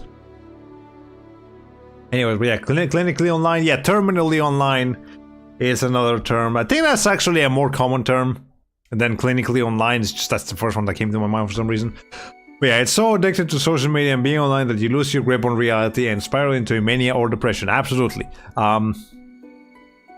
You can probably look up a couple of people online that have become terminally online, and they're delusional. They're so far removed from reality, so far removed from how normal human behavior works that it's kind of creepy. Honestly, kind of creepy how some of them behave. And they can be dangerous to others and themselves. Because when you're terminally online, certain extreme topics start not looking as extreme anymore, up to and including self-harm. And, you know, the downward spiral that self-harm can get into. And yeah, being terminally online also usually involves you getting in contact with people that are also terminally online. So you're being surrounded by people that are enabling this behavior. Because it's not just you, it's people around you. So you think you're acting normal. You think your behavior that everybody else is calling extreme. No, it's not extreme. This is normal. Look, my friends behave like that. So you don't realize your friends also have a problem. They're also not very good friends. So I'm just gonna have to point that out. If you're surrounded by people that are terminally online, you might want to get some new friends. 'Cause that's not good for you. It's not good for you. Trust me. You're gonna go down a dark path that way. The only thing they care about is what other people online think about them or anything really, which is like impossible to deal with at that scale. Yeah, it does sound creepy, like a Silent Hill character. Yeah. Yeah, you could also compare that to Silent Hill behavior. So on the subject of social media, I wanted to bring this up earlier, because it seems like a lot of, going back to the topic of VTubers for a second, it feels like the online space nowadays is a little too connected. I feel like we are a little too connected. Everyone. I saw somebody once describe Twitter as throwing the entire world in the same room and giving everybody a microphone so they can all speak their opinions, voice their opinions at the same time, all over each other. It's not how the internet was back in the day. The internet used to be much more divided. Let me get some more water because I am starting to lose my voice a little bit because I haven't done this in half a year. Okay. The internet used to be a bit more divided. There used to be specific forums for certain communities. There used to be websites dedicated to certain communities. And there wasn't as much demand for everybody to be constantly making, not throwing everyone in the same room. And I feel like when the internet became so big that now everybody is in the same room, all doing or trying to do the same thing, all making content, that's kind of what leads into that VTuber mentality of always making content. Because everybody is like, there's a generation currently growing right now of younger people that are just being taught that this is the way things are. They have to be connected to everything at all times. They're always making content. They're always socializing on the internet with everybody, and they're being exposed to the entire world. And they have to expose themselves to the entire world, and that's not right. You have to understand how us humans are designed in the womb. We're not designed to deal with the world in that kind of way. It's not good for your health. It's not good for your mental health. Kurskasat has a video about this. Let me see if I can find the video in question so I can link it in chat. But yeah, basically the obsession with social media is definitely not a good thing. And I feel like we should go back to the internet how it was a little bit before. Let me find this video before I go into a tangent, so I don't. Okay, here's the video. Let me go ahead and copy a link to that. Throw it on the Twitch chat. There you go. Go watch that video if you want a little bit more of a deeper dive on this whole social media nonsense. But yeah, I feel like VTubers are particularly a particularly large victim of that new style of internet because they are particularly pressuring themselves to make content and socialize and be a big part of the new face of the internet. That's not good. I'm starting to lose myself a little bit here. Alright, I think that's enough about social media for now. I'm starting to run around in circles. I'm just making the same points over and over again. But let me go ahead and read the chat real quick.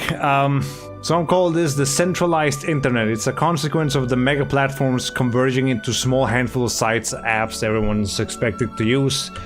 If you're keen on this topic, check out Hypnospace Outlaw for the upcoming Dreamseller. I gotta check those games out.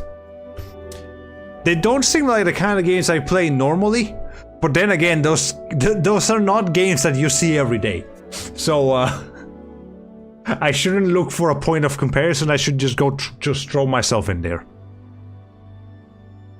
Alright, by the way, this is supposed to be a video game channel, so let's talk about some video games for a little bit. Now, a good thing you just brought up Hypnospace Outlaw and Dream Settler, because we're going to talk about how the differences between the AAA industry and the indie games right now. Oh boy, this is a good topic. This is going to rile me up a little bit. Alright. The AAA industry is the most miserable I have ever seen it this year. This year has been like, the amount of layoffs that I have seen this year is just astronomical. We have lost the gaming industry, the AAA gaming industry particularly, has lost jobs on the thousands, several thousands. And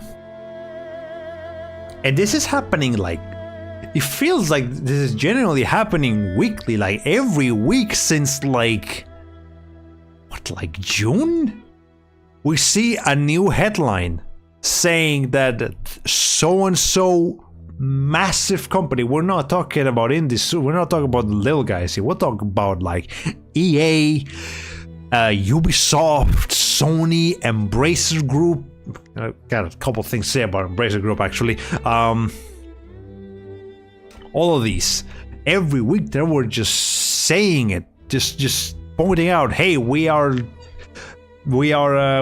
been affected. They always say that they have been affected by layoffs, that they have been hit by layoffs, as if it's I'm quoting James Stephanie Sterling here.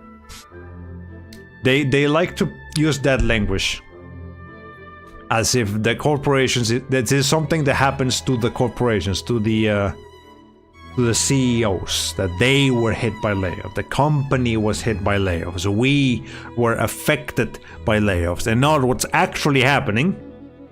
And is that the higher ups, the people with all the money, they are indulging, they are engaging, they are creating the layoffs, because the layoffs give them a profit boost for that quarter. It's basically like saying, if you let go of a bunch of employees, you don't necessarily lose any money right away, so that money is still in your bank account, so you can say that you were able to make this much money with this few employees.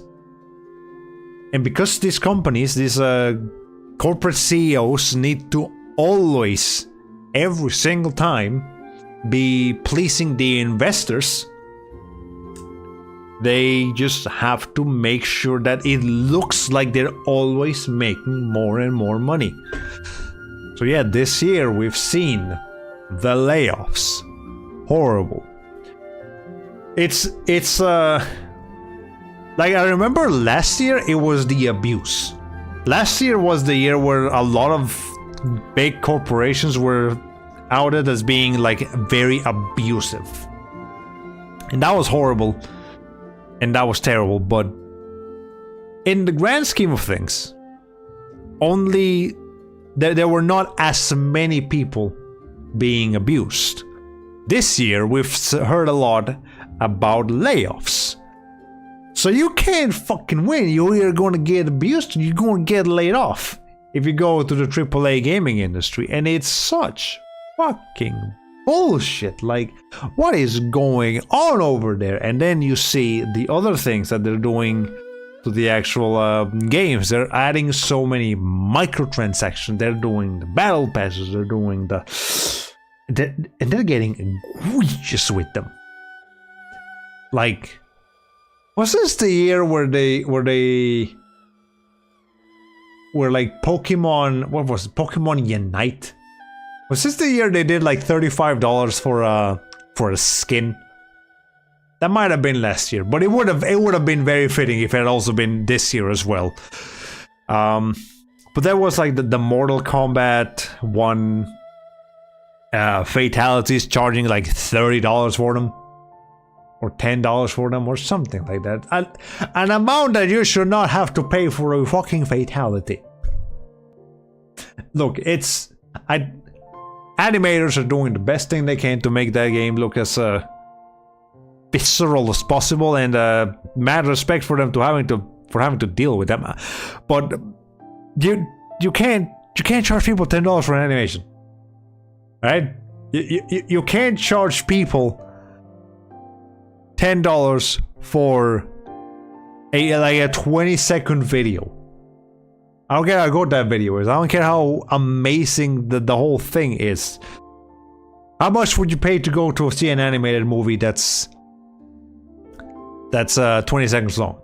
Nothing. You won't pay a goddamn thing because it's fucking 20 seconds. No, you gotta bump up the length to like a full-fledged production. And here's the thing, that's the other thing about fatalities is that as cool as they might be for, you know, the right audience, they're still just an animation. They're not a full story. You know, when you pay for a movie ticket to go watch Spider-Man Across the Spider-Verse, I think. What's that name of the movie this year? Across the Spider-Verse?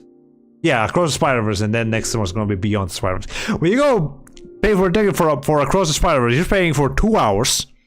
Right? You're paying for a 2-hour movie with a full-fledged plot, a lot of voice acting. You're paying for a whole ass production. Paying movie tickets for a whole ass production, and the movie tickets are like $15, maybe $20, depending on the kind of movie theater you're going to. Maybe you're going to one of the good ones, you're going to pay like $25. But point is, that's a bit more reasonable. That's a bit more of a reasonable price to pay for animation, because you're not just paying for the animation, you're paying for the whole production. You can't charge people that much money for the. You can't charge people $10 for an animation. This shouldn't be difficult. This shouldn't be a difficult topic to have to explain.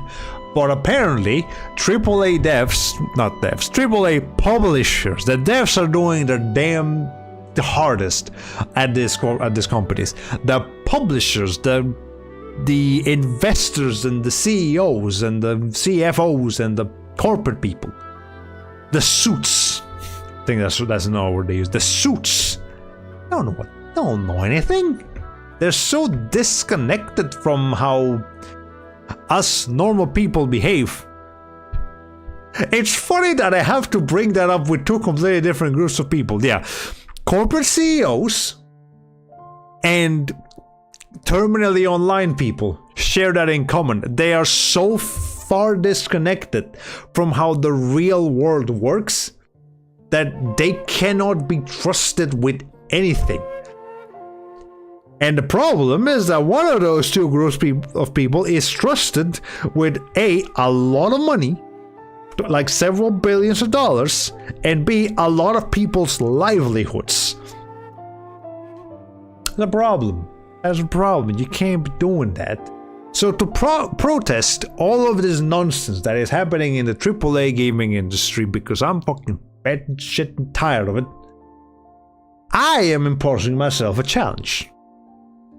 No AAA purchases for the entirety of 2024. Now, what do I mean by a AAA purchase? The first thing you might think of is just not buying any more AAA video games, and of course, that's part of it. But I'm not in the habit of doing that in the first place. I don't buy AAA games, certainly not on release. The last time I did that, what's the last time I did? I want to say I bought. Did I buy? No. Dragon Ball Xenoverse 1. I bought that game not on release, but soon after. Paid the whole like, I want to say it was $50. Maybe it was $60. I think that was the last time I spent full money on a AAA game on release. And I had my fun with that game, but it still had problems. I definitely felt like I did not get my money's worth. Oftentimes. And now I think about it, I also did get Mario Kart 8 like 2 years ago. But that's a different story, because I bought that like for my cousins. Because I was going to Colombia and I wanted them to have something to play, so I brought in Mario Kart, and that was a little different. Yeah,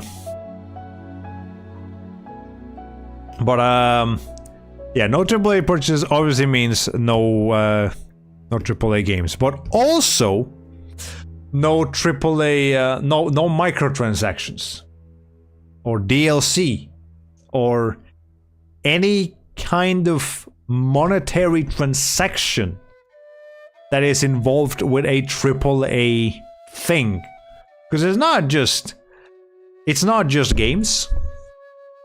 It's the in-game purchases within those games. It's the merch. It's mostly, again, the in-game purchases and the games, but there is also merch. There is also other ways in which AAA companies just get money out of you. And one thing about that, I realized after I set this challenge out for myself that there is one particular thing that I do buy on the regular that I'm gonna have to stop buying if I want to make sure I complete this challenge. There's this Crash Bandicoot Wumpa Fruit drink. I think G Fuel is the brand that I buy it from. I really like that drink.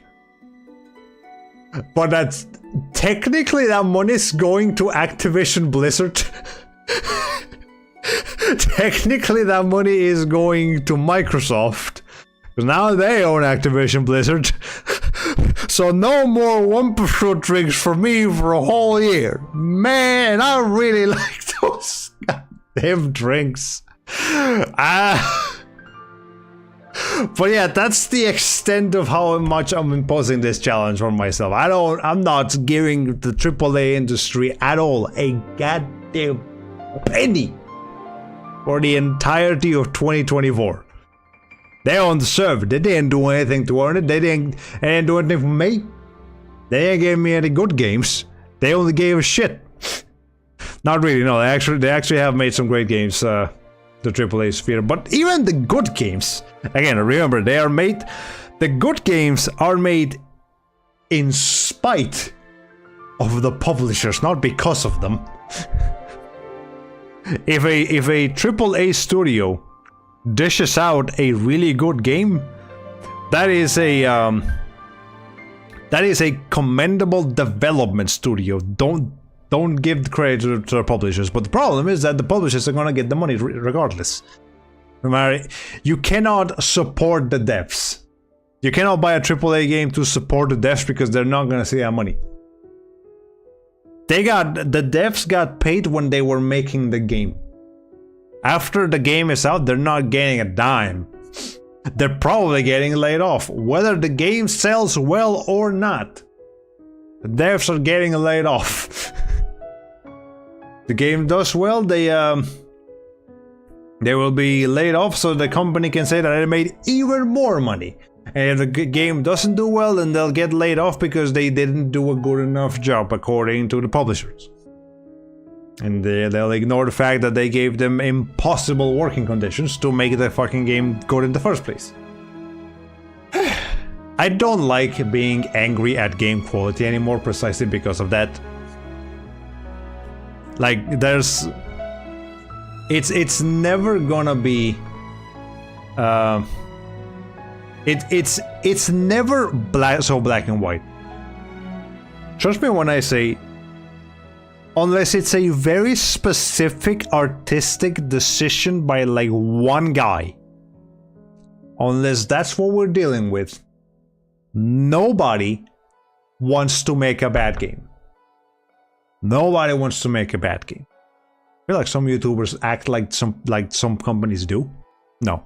Nobody wants to make a bad game. Everybody wants to make the best game they possibly can. Even when devs are given a shitty license with a shitty idea, deep down they're gonna want to make the best product they can make. And tell you what, oftentimes they actually could. Even when all odds are stacked against the idea, against the core product, with enough talent, any game could have the potential to be great. But the problem is that a lot of bad games come out because the people that were assigned to make the game were not given the proper tools. They were not given the time, they were not given the conditions, they were not given enough creative freedom, or in some cases they were explicitly told to make a product that would make money and not a video game that people want to play. A lot of things on the quote-unquote gaming market right now are products. They are products that are designed to make money from as many people as possible. They are not video games, they are products, and if we start referring to them like that, it's gonna make stomaching some of the stuff going forward a little bit better, because if you guys watched the actually, if you guys did not watch the Game Awards this year, I am very jealous of you. I wish I hadn't watched them. They were boring as fuck. Feel like I wasted 3.5 hours of my life watching that fucking thing. But I saw a lot of products in this year's Game Awards. A lot of things that just no same, man. It was horrible, and there's so many games just have characters that aren't even like character designed characters anymore. They're just actors. Yeah, like so many games nowadays just have actors and they're the characters. I remember one of the nominees for like best performance was Idris Elba. And I mean Idris Elba in like Cyberpunk 2077. Like there's a character that the actor himself is a character in that game. Like really? At least give him a fucking like name and like background and shit. But no, that's literally just Idris Elba.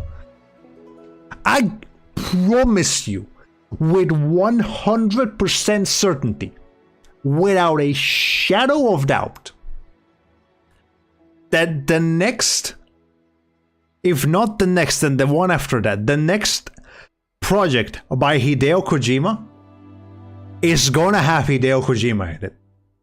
Like just him. He's just gonna be there. He's gonna be like your tutorial guy, or he's gonna be the final boss, or he's gonna be an important, but Hideo Kojima is just gonna self-insert himself. He is totally gonna self-insert himself into the next game, because that man is really starting to just become a celebrity. he's really just like, I know he's a creative mastermind, or he's supposed to be, but man's getting a little bit, it's getting his head's getting a little bit far up his own ass, if I want to be perfectly honest with you. You love to see Kojima as the final boss or something. You can do it yourself if you have a Kojima me and play Miitopia. Oh boy. You know, on that note, there is actually a secret boss in Nier Automata, which is just like not Shueisha Yoshida, but like the Square Enix CEO, and then another one that's also like a Square Enix guy, and they're like a secret super difficult boss in Nier Automata. So even if Kojima does that and it's kind of fucked up, it's not even original anymore. It's not even an original idea. Somebody beat him to it. Scott Cawthon also inserted himself as the secret final boss of FNAF World. Really? I actually didn't know that. That's incredible. Okay, let me catch up with chat a little bit, because it's getting a little out of hand. I am so glad I didn't pursue game development as a career. I agree. I was doing that too for a while. And I would not mind becoming an indie dev. I think that's actually a very fulfilling career, even if it can be difficult, but at least there's some merit to that. But I remember the school we went to definitely seemed like they were more interested in us becoming members of the AAA industry specifically. They were not happy with us going to become indie devs. No, they wanted us to become AAA devs. That's we dodged the bullet on that one, I say. Okay, on a regular schedule and by the time. I wish I could paste that FNAF screenshot right now, the one where you beat the game and it's like, great job, notice of termination. Hello, I like money. Man, I wish I had that Mr. Krabs thing ready on me. Speaking of, we need to see that new Studio Ghibli movie. So yes, we need to see that soon. And I've also heard that the new Godzilla movie is really, really good. But I mean, I've never been the biggest fan of Godzilla. Not because I dislike him or anything. I just didn't really grow up watching Godzilla. But apparently the new one is like life-changing. You know what? I'm probably hyping it up too much. So maybe one of these days I'll just watch it. Try to have as few expectations as possible. And we'll see what happens. I need to differentiate between AAA and indie, especially the bigger indies. There is an argument there, because a lot of indie games nowadays have a publisher. That's what used to be the difference between an indie game and a non-indie game. Indie is short for independent. Independent games were developed and published by the same studio because they did it independently from a publisher. That was the definition back then. Nowadays, it feels like the definition of indie games. And this is going to lead into the final point in this slide here. Indie games now are just smaller projects, kind of, maybe. But I'm definitely gonna draw the line at any game that is ultimately owned by a AAA studio. So, for example, I want to say, I believe, yeah, Hi-Fi Rush. Hi-Fi Rush is a really cool looking game.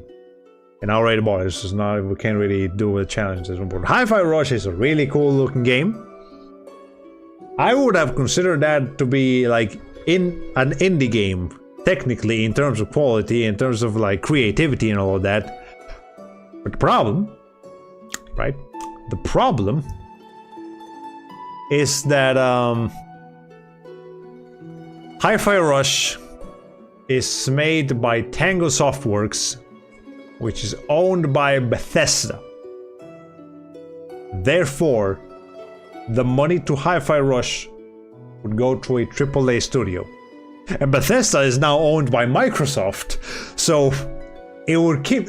If the money has a ladder, if the money at the end of the ladder ends in a AAA studio, that's where I'm not going to spend money on it.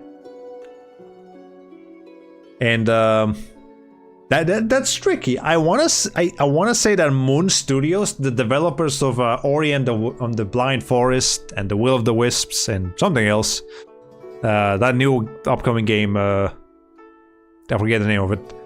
I want to say they're also owned by Microsoft? Maybe? Don't quote me on that. But if they are owned by Microsoft, therefore that's AAA money. Which is what's gonna make all of these Microsoft acquisitions be a piece of shit. Because man, I don't want to support Microsoft. That sucks. Which is why I am admittedly only promising that I'm going to do this challenge for 1 year. Because there's some games out there that really will just that are really cool and I really want them, but because of that pretension that it's technically owned by a AAA publisher, if you keep going up the ladder, it's gonna make things a little difficult. Like, I really want to get Crash Bandicoot 4, and I really want to get what's another game? Yeah, there's a bunch of games I really want to get, but they're ultimately owned by AAA studios. So I'm doing this as a statement for at least a year. I'm gonna promise myself a year. And I'm also mainly doing this so I can give myself time to work on my gaming backlog. Because I have so many games, dude. There's so many games. God. I need to get through them. And if I keep letting myself buy more video games, then we're gonna have a problem. I'm gonna get to it. But yeah, indie games still got my back though. I've been seeing more and more devs switching over to, well, not switching over, but more devs making projects be more visible in itch.io. And itch.io really is like indie, like really, really indie. There's some indie game, there's a lot of indie games on Steam, but like itch.io is where you really get the indie products. And I've got a lot of games on itch.io already, so I'm glad to see that. And I have this picture here on the slide of the big catch. I am very, very excited for this game. I want them to take as much time as they possibly need to make sure that that game is as perfect as it can be. And at the same time, I want to play it now. It looks so fun. So good. But I'm always patient. I'm patient.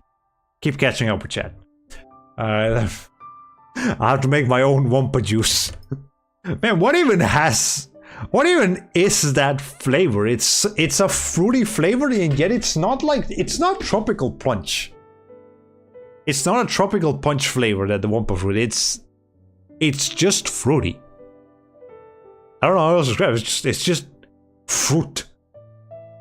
It's not banana, it's not strawberry, it's not mango, it's not any other, no, not apples, it's not any of the things that Wumpa fruit looks like. It's just fruit. I don't know how they achieved that flavor, which is why I like it so much, but I can't make it anymore. Alright. Best case scenario, the fire devs form their own team and you get to contribute to their crowdfunding campaign. Yeah, that's honestly a good thing, and I'm hoping we'll start seeing more of that, as so many people got laid off. So many talented people got laid off. That they're probably gonna be like, you know what? No, I'm not gonna let my talent go to waste. I'm not gonna let this keep me down. I'm gonna go make my own studio. I'm gonna make a better game than the one that they were gonna make me do back there. That Ubisoft or EA or Bethesda or whatever the fuck. Okay. You saw an abridged version of the Game Awards from Nico B. He skipped a lot of stuff. I should have... Well, I couldn't have skipped it because we were watching it live, but God, I wish I could have. I always want to see have that dumb timer to rush speaker. That was just disrespectful. My God. Remember it just shut down this year? Wait, what shut down this year? I don't remember. A lot of things shut down this year, actually. I don't know which specific thing you're talking about, but a lot of them did. A lot of live service games, boom, down, gone. They'll never get to play them again. Lost the media. We've made a lot of lost media this year. And that's another thing that the AAA industry is pursuing very, very aggressively. Live service games. It's not good.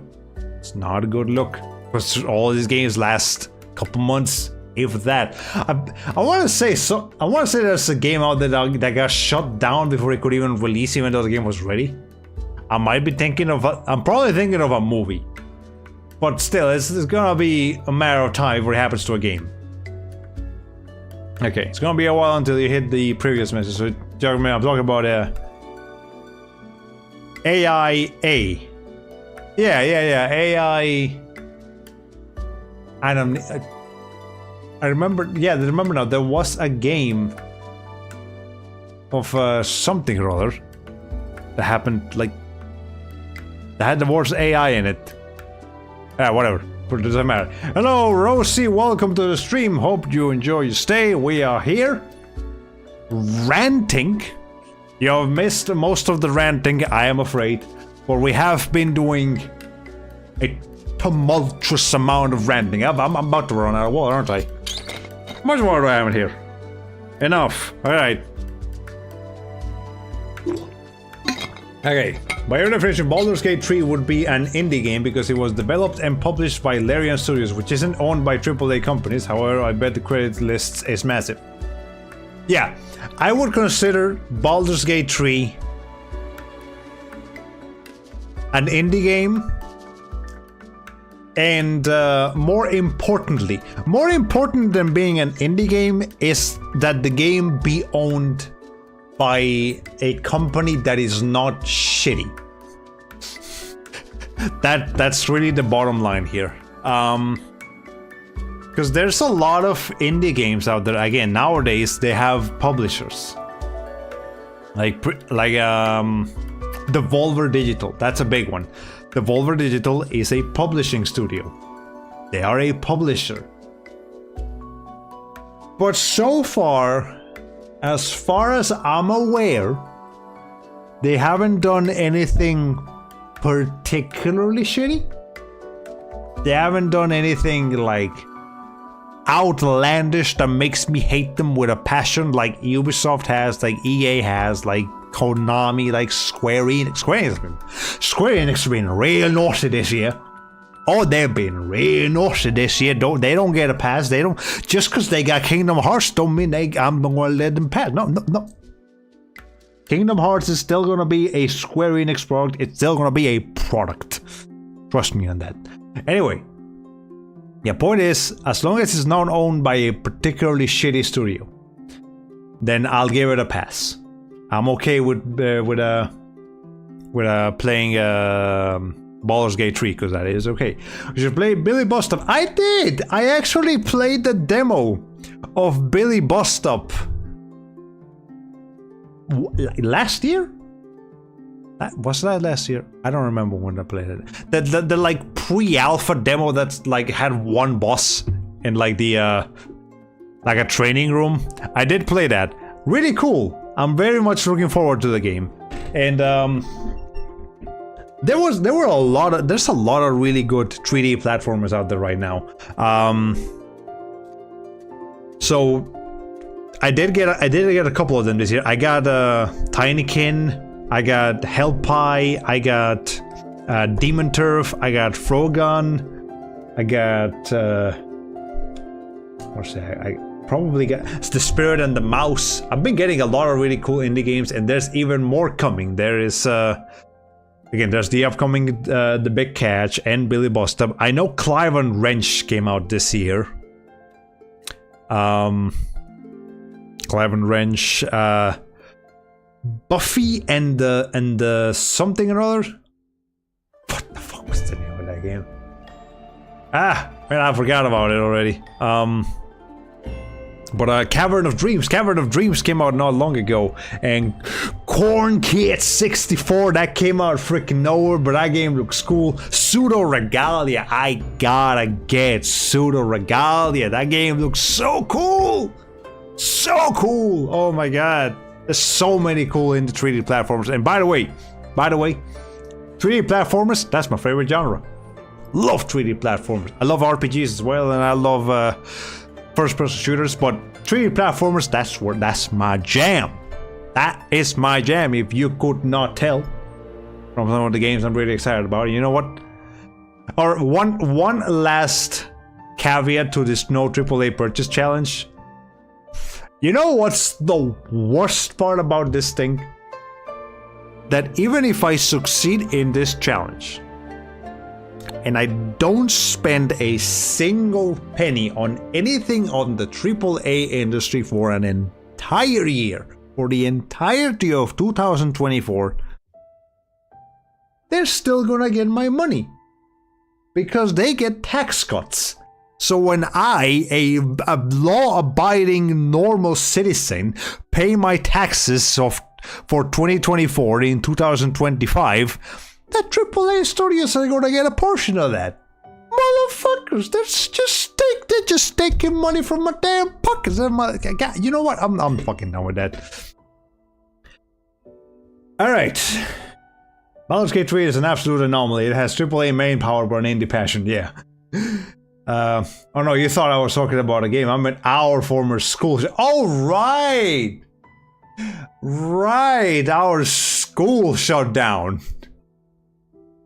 It just so happens that they have the words AI on it. I forgot about that. Okay. Anyways, I didn't expect to hear you gush this much after all that rant, yeah. Anyway, what have I been playing? So we talked about the gaming industry now. Let's talk about my own personal gaming. I am slowly working on my backlog, which is humongous. It's out of hand. It's what it is. It's fucking out of hand. Is that fucking thing. I've been mostly playing PS1 games this year. Akinlab's gonna test that because every once in a while he'll come into the living room and I'll be just playing some random ass PS1 game. Not the only thing I've been playing this year. But yeah, mostly just... I made a list. I made a Google Documents listing like every game. From memory, every game that I have ever played, if even just for a little bit, if even just a demo of it, and I wrote that game down on that list and say, you know what, this game is now considered part of my backlog and I'm gonna get to it. That's what I did. That's what I wrote down. And then when it came time to actually try to tackle each individual game, I realized, what the fuck are you doing?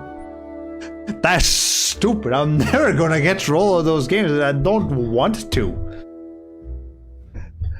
Like, there's a lot of games that I was able to tolerate when I was a wee lad because I didn't know better, but I'm almost 30 now. I don't got that kind of patience anymore. So, for a lot of this year, I did play a lot of games, but I did not finish every game I played. And you know what? That's okay. There's nothing wrong with that. You do not have to finish every game you start. I have learned that this year. I learned that before the latest video by Daryl Talks Games about his backlog. And after watching his video, it just reinforced it. But yeah, I do not have to beat every game. I do not have to 100% every game I do want to beat. This is a mentality that has helped me tremendously with the backlog, because conquering your backlog does not necessarily entail finishing every game in the backlog. That might feel like the basic answer, you know, just stuff in your backlog, go finish it. But no, you don't have to finish every game because it's not the...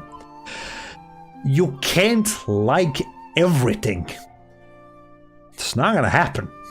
You have tastes, you have preferences, you have things you like, things you don't like, things you want to do, and there are times in your life when you're gonna be in the mood for a particular game, and then maybe someday you're not gonna be in the mood for that game anymore. You don't have to push yourself, you don't have to force yourself to play something you don't like. So I learned that lesson this year. Kind of learned it last year, but I really learned this year. And I've been making steady progress on the backlog. There is still so many fucking games.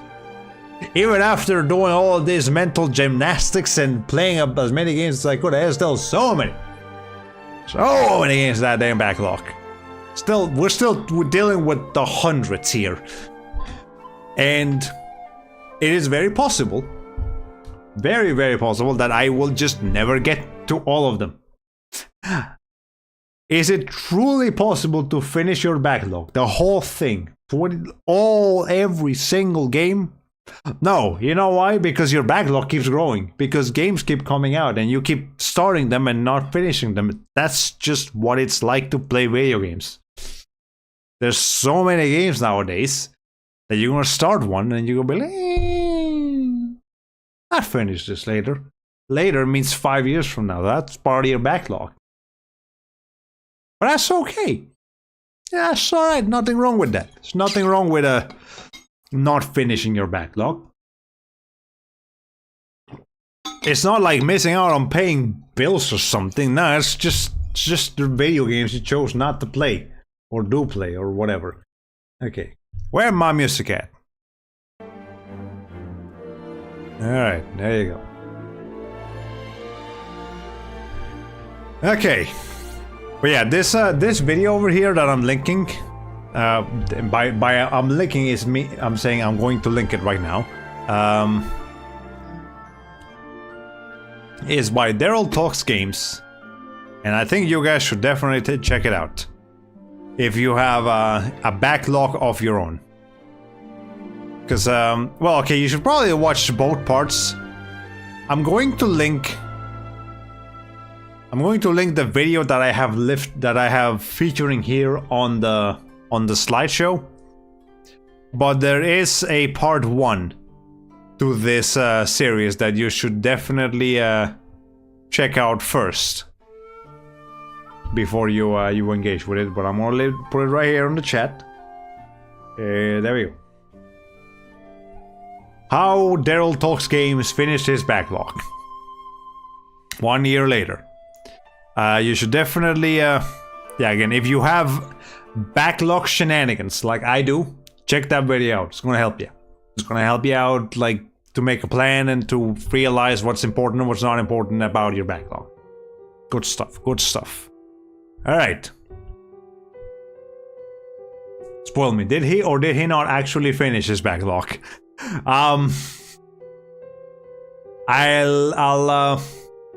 Okay, there are other people in chat right now that might want to find out for themselves, so I'll let you know on Discord later.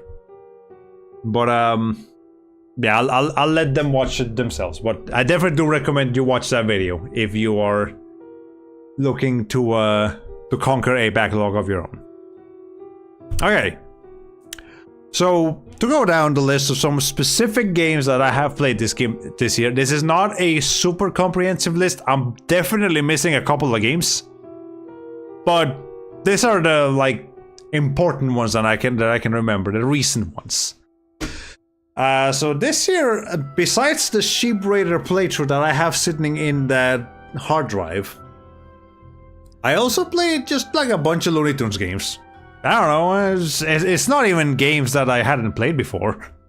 It's just games that I feel like playing that year. Well, let me catch up with this real quick. So much to do, so much to see. So what's wrong with taking the back street? So much to do, so much to see. So what's wrong with taking the Backstreet Boys? Alright. This is the part of the stream I initially suggested, yeah.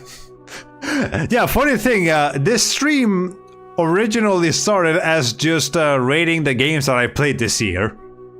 That was the original plan.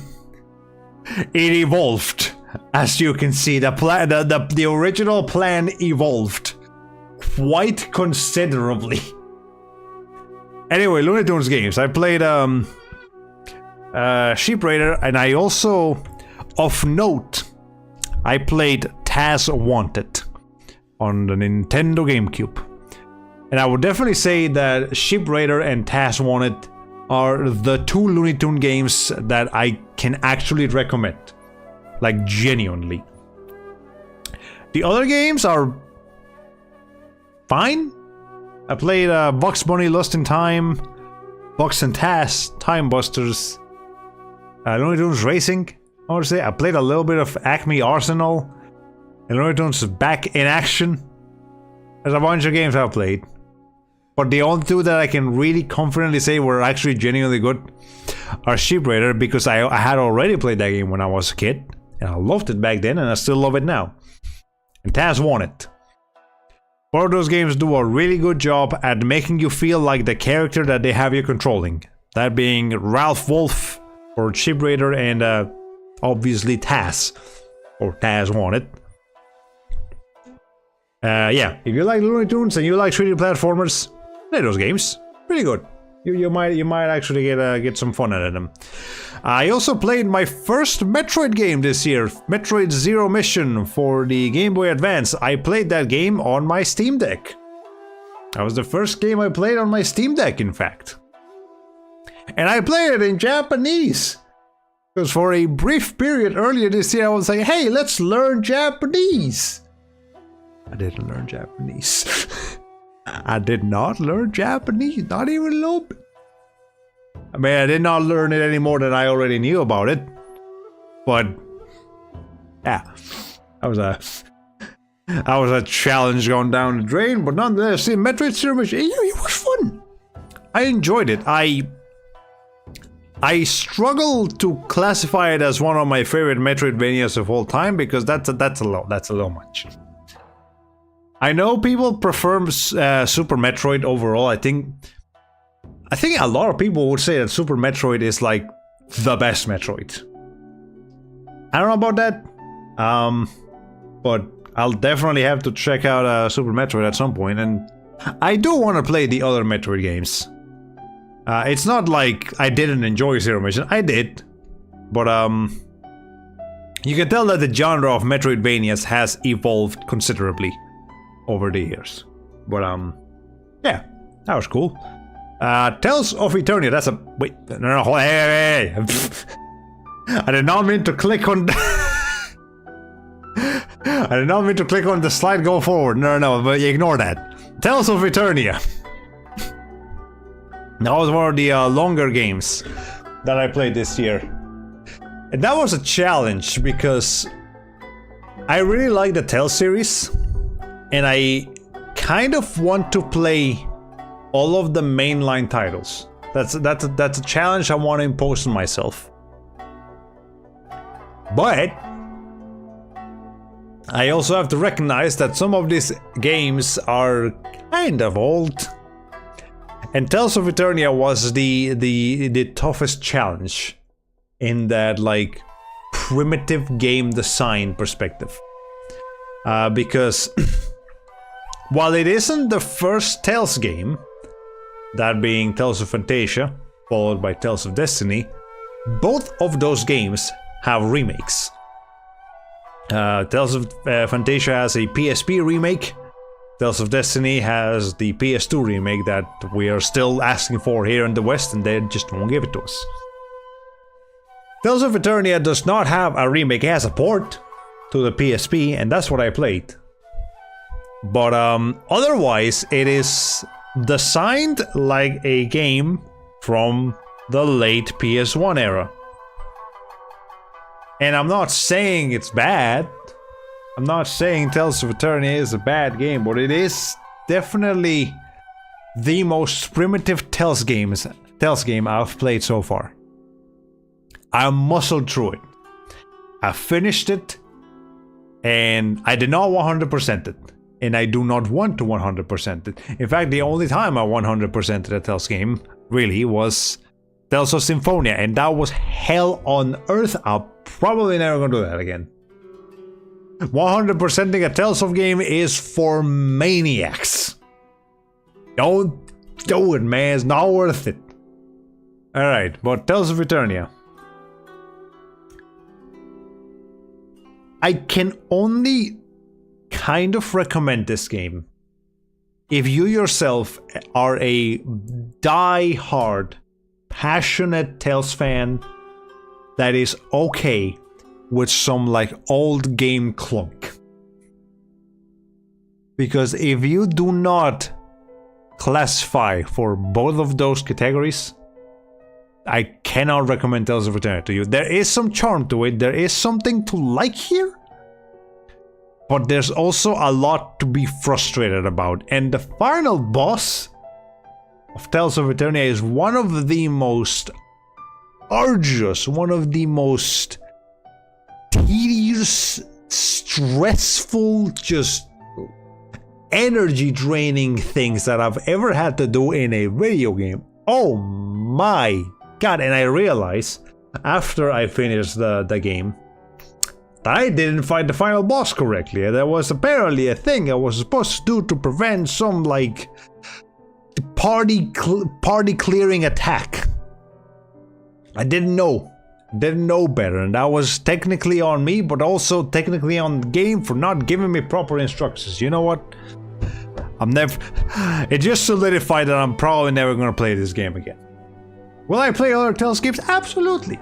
I want to get back to Tales of Cilia 1 and 2, and I want to get to Tales of Zestiria and Tales of Berseria, and I want to do a replay of Tales of Vesperia at some point, and I want to play pretty much all of them, but I'm definitely never going to play Tales of Eternia again. Just like I'm probably never gonna play Tales of Legendia again. I really like the story, but not the gameplay. I didn't like the gameplay too much. And honestly, I've played so much Tales of Symphonia in my life at this point that I'm probably never gonna play that one again either, even though I quite like Symphonia. But my god. I feel like I'm stuck in the past a little bit here. And you can see from all of these games that I'm listing here, like, none of these are really new. I was playing almost exclusively retro games this year. So I played the Spyro Reignited trilogy. So that's an example. That's this, even though that Reignited trilogy is a remaster from a couple of years ago, it's still a PS1 game. You know? Like, it's a good remaster of a good PS1 game, but it's still a PS1 game. It's not really. We're not really moving on to modern times here. Yeah, it kind of goes hand in hand with clearing a backlog. Yeah, that makes sense. But Spyro Reignited, it was cool. I only played the first game on the Reignited trilogy. I've played the first 3 games, obviously, but on the PS1. But I only played the first game on Reignited. I would say that it's definitely a good remaster, and you definitely I can recommend you check it out. But I do not want to say that the Spyro Reignited trilogy is better than the original. It is not better. It looks more modern. It has better sound design. It has more professional voice acting. Yeah, we could say that. It's more accessible. It runs at 60 frames per second. And there are a couple of quality of life changes in there. So there are things that make the experience feel more modern. Yeah, definitely. That's the word. Spyro Reignited is more modern. If you're someone that's accustomed to more modern visuals and sound design and all that, then you'll probably like the Reignited version better. But me, I got nostalgia goggles, so I still appreciate a lot of what the original games do. And to be perfectly honest, I kinda like the visual style and the sound design of the original Spyro games on PS1 more than the Reignited. Even if the Reignited technically looks cleaner, there's just something about those PS1 sound effects that's just so punchy. Like Spyro, especially 2 and 3, have excellent sound design. Those games have some of the best sound design I've probably heard on the PS1. It's fantastic. This music is going wild, man. What the fuck is this? This is the Inazuma soundtrack for Genshin Impact. But alright, sure, whatever. We'll go along with it.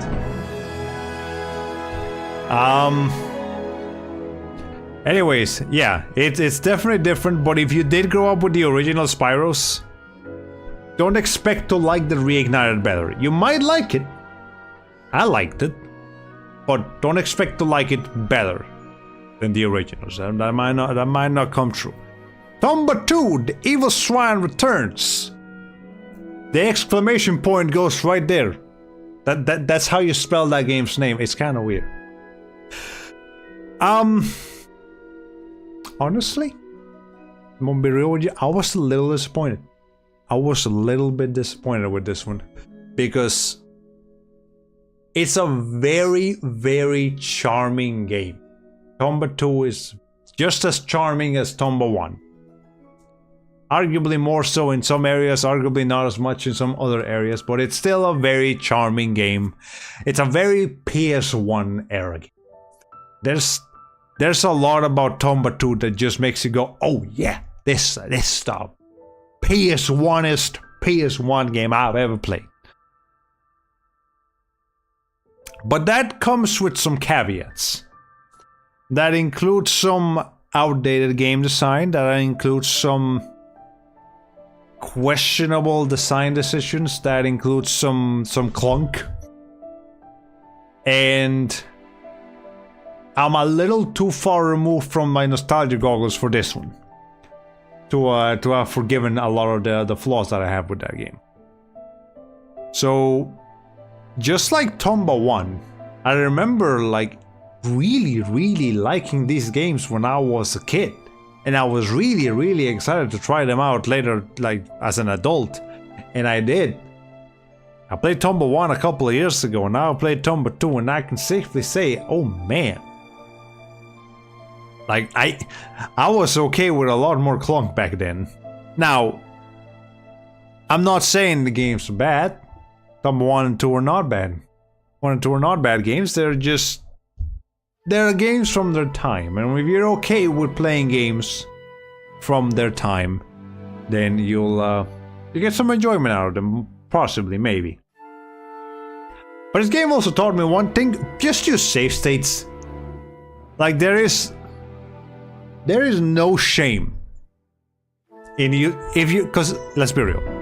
First of all, let's be real here. You are probably going to play these PS1 games on an emulator.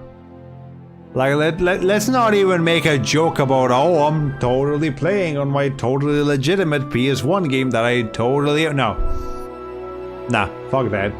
You're using an emulator. I'm using an emulator. Most of us are using an emulator. And the AAA publishers do not want us to use an emulator or get access to the games. So I'm gonna use a fucking emulator. Fuck you. You know what? I don't want to deal with your non-game preservative bullshit. AAA industry, I'm not dealing with it right now. Not gonna deal with it for a whole year, in fact. I said I'm not gonna spend the money on AAA. That doesn't mean I'm not gonna play any games from them. I got my ways. I got means of getting AAA video games. I'm not gonna go into that too much right now, because that is. I wanna poke the lion's nest to not the lion. The lion's. What are you poking a lion to make it angry?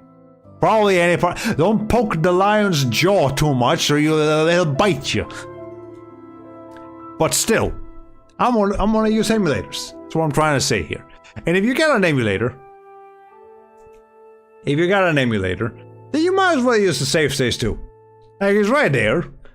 It's gonna make your life so much easier for a lot of these older games that just have outdated game design. It'll be fine. It'll be, like, you don't have to prove your gamer pride to anybody other than yourself, and you don't even have to prove it to yourself. Like nobody said you have to be a real boy to play video games. It's not the 90s anymore. There's times I wish it was the 90s again, but that's not one of the times. No, it's not the 90s anymore. You don't have to prove your mad skills to be a proper gamer. No, the best gamers are the ones that have the most fun. And I had fun using save states. I'm gonna keep using save states. But I couldn't use save states on KO the Kangaroo because I played that on PC. Well, actually, I used save states on KO the Kangaroo 1 because I played that. I played that one with a Dreamcast emulator, and then got the PC version. But that's not the case with KO the Kangaroo Round 2, or KO the Kangaroo Mystery of the Volcano, also known as KO 3. Those I played this year. Matter of fact, those I played this month. That was recent. And those were actually the Steam version of the games that I played. So no save states on that one, but that's okay. The games were not made unplayable without save states. Have fun. I would definitely say that that KO the Kangaroo 2, Round 2, has that clunk, has that jank that just makes it funny. It's not a. Like, if we're being kind of objective here, there are a lot of things about the game that are not well designed. But who cares? It's fun. It was fun. I had fun fucking around with that game. It made me laugh way more than it made me frustrated. So I can appreciate that. And now the last KO game in the series that I have to play is the new one, KO the Kangaroo 2022. I think it's that's the year the new one came out. I did play the demo of that. I really like the demo, so I'm excited to play I'm excited to play it probably next year. I'm still working to too many like retro games to be thinking about some of the new ones, but there you go. Whatever. Parasite Eve 2. I played Parasite Eve 1 many years ago. It was actually pretty cool. I really liked that game. And now I played Parasite Eve 2. I was coming into Parasite Eve 2 with the impression that a lot of people gave me that the game is not as good as Parasite Eve 1. There was a massive downgrade from Parasite Eve 1. That's what people were telling me. I disagree. I do not agree with that statement. I think Parasite Eve 2 is good. It's just as good as the first game. It's different. It's a bit more Resident Evil than the first game, which was leaning more heavily on the RPG elements, but I don't mind that. And I still think the game is unique enough to stand out from Resident Evil and its contemporaries. And again, because I was using save state so much, I actually made the experience a little bit more palpable. If I went into a room and I did not like the outcome of the battle, I would just reload the save state that I had put when I came into that room. I was never thoroughly surprised, but and I guess you could argue that that's kind of removing part of the experience here, but I don't care. It's fine. It's an old PS1 game. Who cares? I don't have to prove my gamer pride to anybody. Tail Concerto. That was fun. I've always wanted to play that game ever since I found out about it. Just needed to make the time for it, and it's a fairly straightforward 3D platformer, kind of like it takes a couple of cues from Ape Escape, because you're kind of like how in that game you're collecting monkeys, in this game you're collecting kittens. But that's not the only thing you do, that's not the entire gameplay formula. There is a bit more to it. And for how short the game was, like only 5-ish hours long, there was a surprising amount of story in there. Like, it's a decently packed plot into what little there is here. And I can tell that the developers have some inspiration, not inspiration, aspirations for this series, because it's not the only game in the series, but there isn't a Tail Concerto 2. There is a completely different game set in a different area of the world, but still with a similar aesthetic. Like Sola to Robo, Red the Hunter on the Nintendo DS. Supposed to be kind of similar to Tail Concerto, but again, in a completely different part of the world with different characters. And then, a couple of years ago actually, they made another game called Fuga Melodies of Steel. And that's no longer a 3D platformer, that's like a war simulation, not a war simulator, but like a war crew management game.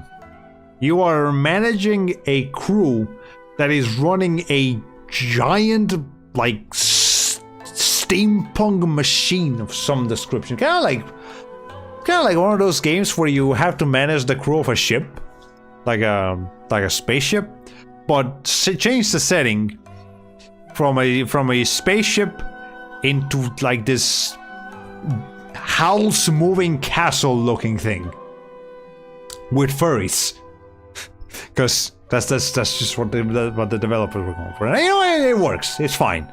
And those games are apparently very, very, very highly rated on Steam, so I'm interested to try them out. And apparently they're also depressing as fuck, so I'm gonna have to be in the right mindset to get that, because Tail Concerto was pretty upbeat, pretty happy-go-lucky game. This game was. I'm interested to see how they turn that into one of the darkest plots imaginable. Alright, Maximo Goes to Glory. Now this game is one that I abused shit out of save states for, man. And I don't think I would have ever beaten this game without save states, like genuinely. Because it is like considered one of the most difficult games on the PS2, and I can definitely see why. It's kind of brutal with how punishing death is in that game. You lose like all of your power-ups. and all your shields and your armor, and it sucks to die in that game. So I actually did an entire playthrough without dying, not because I was super skilled, but because every time I took like one hit, not really, but like when I was starting to take too much damage, I would just like reload a save state. Like nah, I'm not okay with this amount of damage. So let me reload for a couple minutes ago and try again. And I did that for the entire game. I probably ruined the intended experience, but you know what? The intended experience is not more important than my enjoyment. I'm the one playing the game, not the dev. The dev made it, and I'm glad they made it. But they're not the one with the controller right now, it's me. So I'm gonna play it how I wanna play it. How about them apples? And finally, the game I'm playing right now is The Misadventures of Tron Bonne, which I'm glad to say is a game that is starting to grow on me, because I did not like it very much the first time I played it. I had a couple of issues with it. I did not finish it, by the way. I've never finished that game, but play Gen 1 Pokemon with all the glitches. Yes, power to the players. Is GameStop still in business? Yeah, they are. It's just I'm not sure for how long, but they are still technically in business. Anyway, Misadventures of Tron Bonne. It's growing on me. There's a lot of charm to this game. I would argue it's even more charming than Tomba 2. And Tomba 2 was a very charming game. That troubled, but charming. Tron Bonne is also just really, really charming. I really like the surf bots. They're adorable. And the voice acting is... It's like that late 90s cheesy voice acting. Like cheesy anime voice acting. I love it. I love that kind of voice acting. And the art style and like the social aspect of it. Because you can actually like manage all of your surf bots and like talk to them and see what they want and all of that. I think my problem with the game is that it's slow.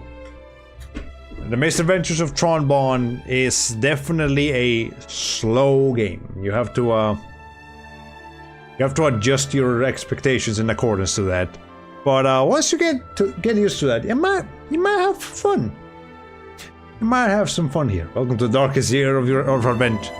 The darkest year of our adventures, Morty. Yeah, I feel like that was a similar case with that one Advance Wars game, Days of Ruin, which I have not played, but I have heard many things of. Anyway, there are two games in particular this year that I played, and you were probably able to guess these from even before I started speaking about all my backlog stuff. But Genshin Impact and Honkai Star Rail.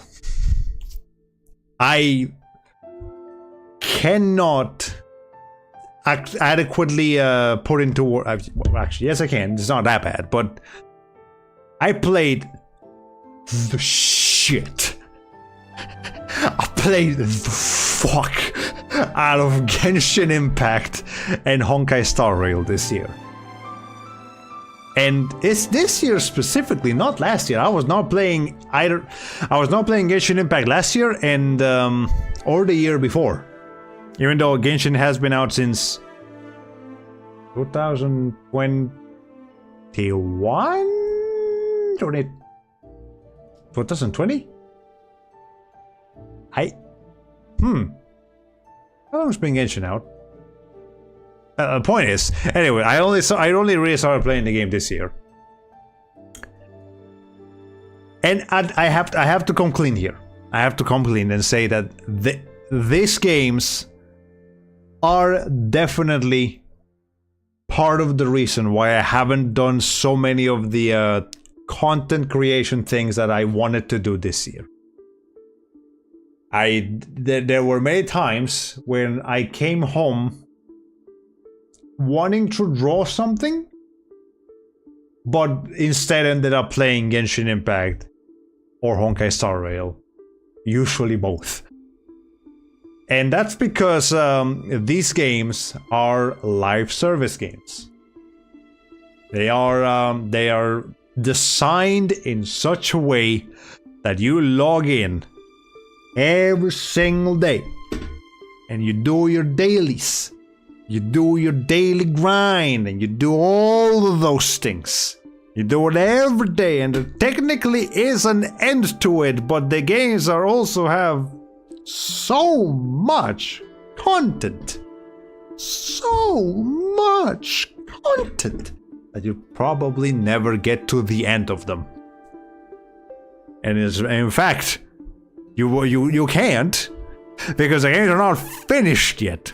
Every 6 weeks, give or take, both of these games will get like a medium length game's worth of content added in a patch. There will be a new area, new story quests, new things to do, and on top of all of these things you haven't done yet, and on top of the dailies you have to do and the weeklies and all of those things. Now, despite how I'm talking about them right now, I do have to express that I love these games. I love Genshin Impact and I love Honkai Star Rail. I am not tired of playing them. And in fact, I haven't played them today, and I'm kind of itching to make sure I get my dailies done before the before the night is over. But I have to recognize that my semi-concerning addiction with the games is affecting my productivity. And I want to make it perfectly clear that it is not an addiction that I'm particularly concerned about. Because it's not like I'm not losing sleep over these games. I've not pulled an all-nighter at any point because I was playing Genshin Impact or Honkai Star Rail. I've not been late to work. I've not missed important appointments or anything. I'm not letting the games take a hold of my important life, but I have let them take a hold of my free time.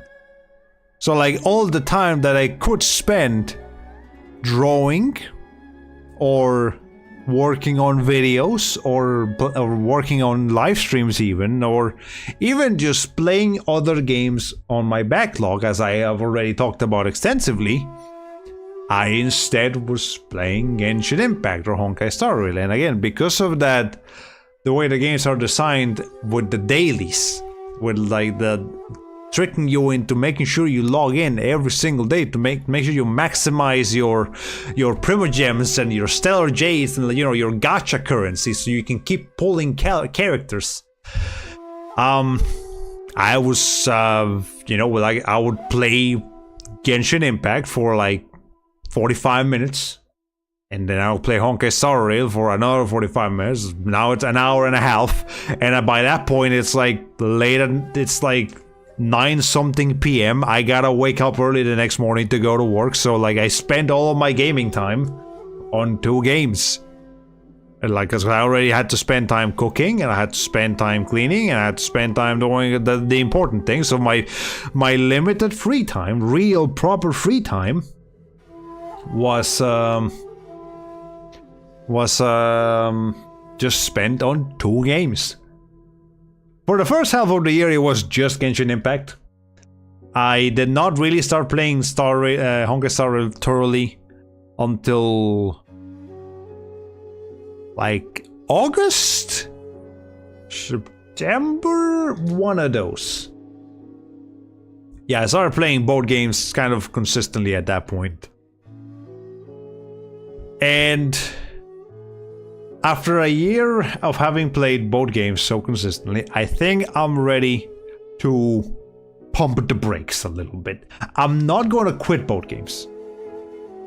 I'm not going to stop playing Genshin Impact or Honkai Star Rail cold turkey. That's not going to happen. That's going to give me withdrawal symptoms. And also it's going to make me feel like I wasted my money a little bit, because I still have some of my daily bonus perks to claim for that $5 a month thing that I have not renewed and I will not renew. because that these two games tie back to that no AAA purchase challenge. Because even though I do like them, even though I do really enjoy Genshin Impact and Honkai Star Rail, and I think they do a much better job at, you know, being proper good video games than a lot of other AAA games out there, I still consider both of them AAA games. They are AAA games. MiHoYo Hoyoverse might technically be an independent studio. If they're the ones developing and publishing the games themselves, then yeah, they are technically an indie studio by that definition, but nah, that's too big. That's too much money that this company is making. And one of the distinctions that I'm making here to classify them as AAA games is their engagement with gambling mechanics and microtransactions. No matter how good the base product is, games should not have gambling mechanics, just in general. And microtransactions are a bit okay if the game is free to play. And these games are free to play. And there is a business model you can have with both games that's actually a lot more reasonable than pretty much anything else I've ever seen. Like, it's kind of like the monthly subscription service that like World of Warcraft and all those MMOs used to do back in the day, again with that $5 a month bonus daily perk. Except that one's optional and it's only $5. That's a good deal for a free-to-play game, I think. But still, even with that, there is also an option to just do straight up microtransactions. And those, if you want to buy a character, if you don't want to save up for a character doing like the actual in-game content, or, you know, saving up for months and all of that, if you want to just buy the character using the microtransactions for the gacha, you're gonna spend. You could potentially be spending hundreds of dollars. At least above 100. Like, you're not guaranteed to get a 5-star character with just $20 or $30. No, you're gonna be spending upwards of 100. And the fact that the games, it's not just Genshin, it's not just Star Rail, it's both and Honkai Impact III and the upcoming Zenless Zone Zero. The fact that all of these games allow that, they allow that level of money spending, of reckless money spending, is enough for me to classify them under AAA, because AAA is greedy. That's one of the key factors of AAA video games. They are greedy as fuck. And I don't like that.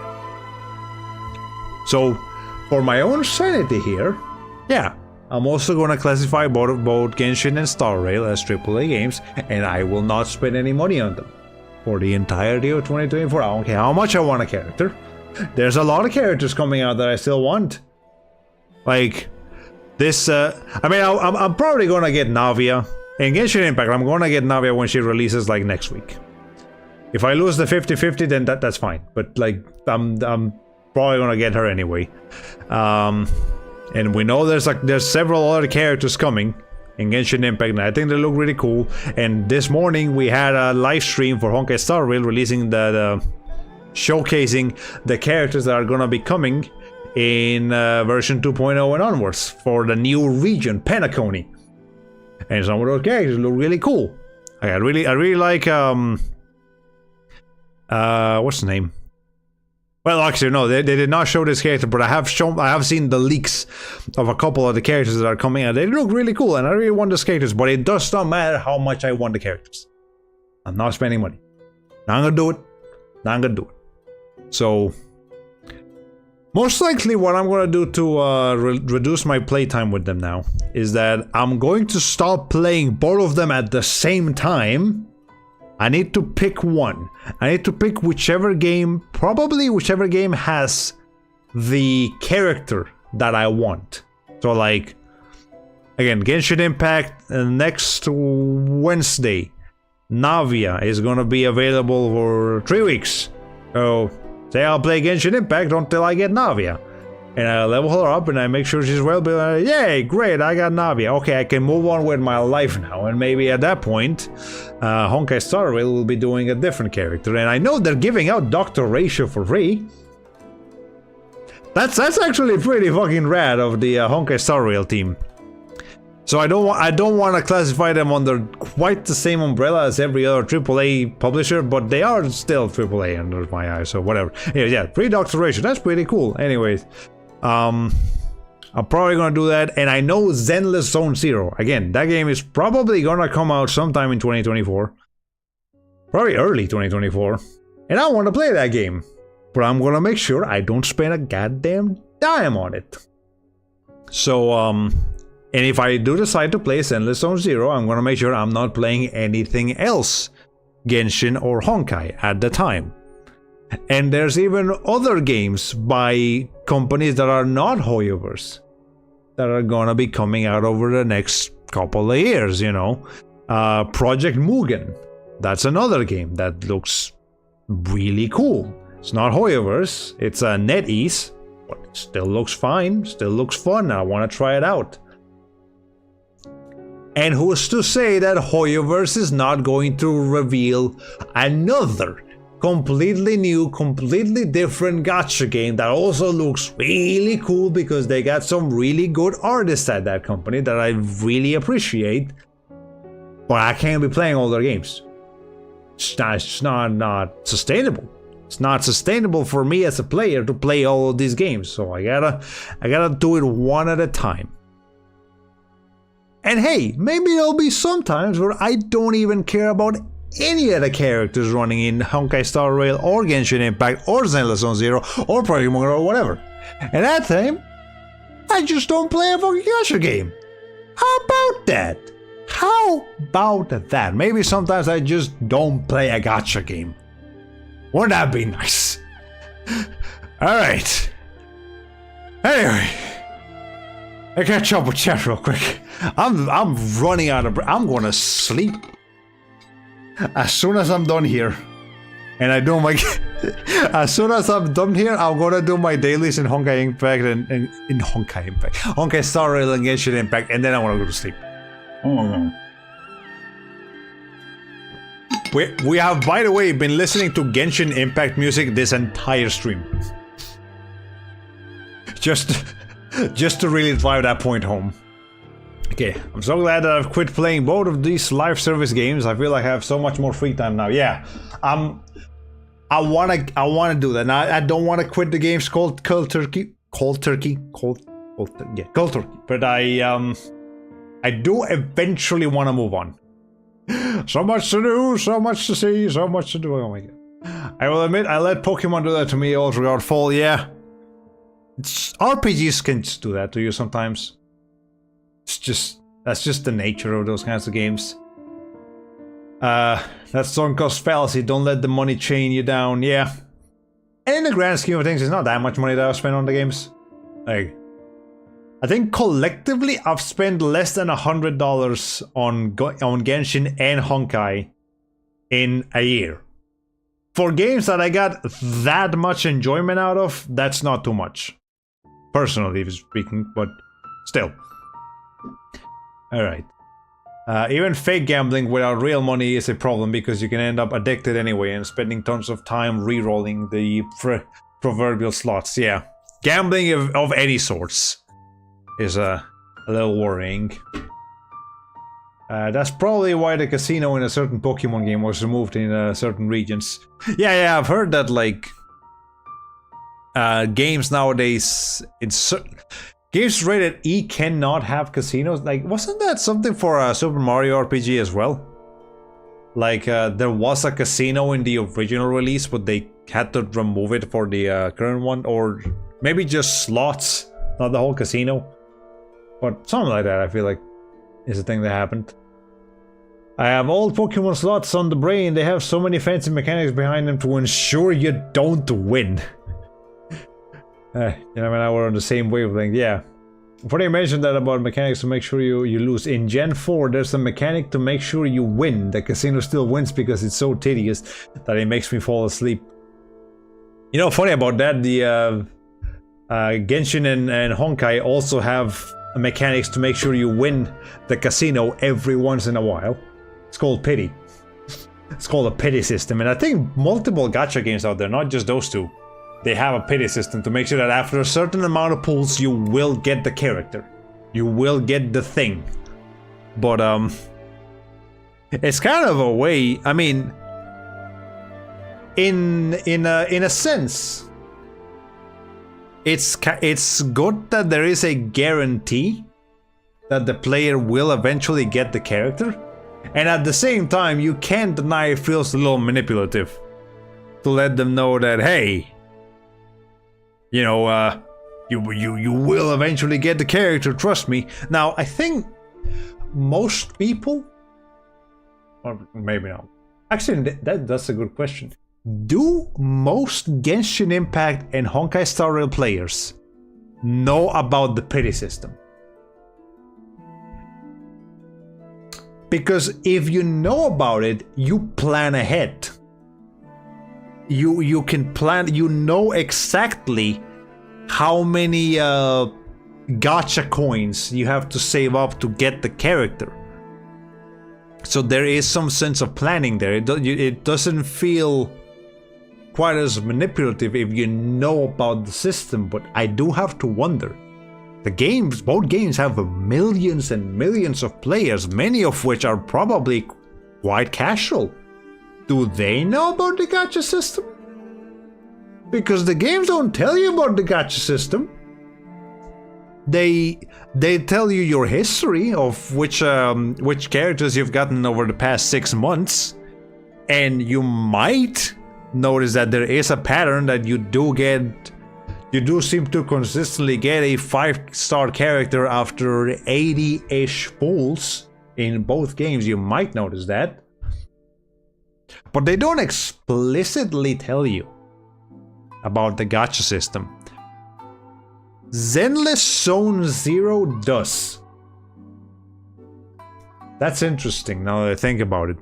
That game actually does tell you exactly how many more pulls you have to do to get the character. Is that also manipulative? To like dangle the reward in front of the player, like, hey, you just keep going. I promise you in this many pools you will get the character. It does explain the details in the menu. Oh, okay. Still, yeah, now that I'm thinking about it, even telling the player can be a little manipulative, doesn't it? Okay. Alright, they probably have to say it. They probably have to explain the gacha system in the games for legal reasons. I just can't remember exactly where they explain it, but if they explain it in the menu, then that's probably why I don't pay the menus too much. Okay, yeah, definitely has to be some kind of requirement. But they don't remind you about it every single day. Zenless Zone Zero does actually just have a counter there, like as you're pulling, to let you know exactly how many more you have to do. So that one's holding the carrot in front of you.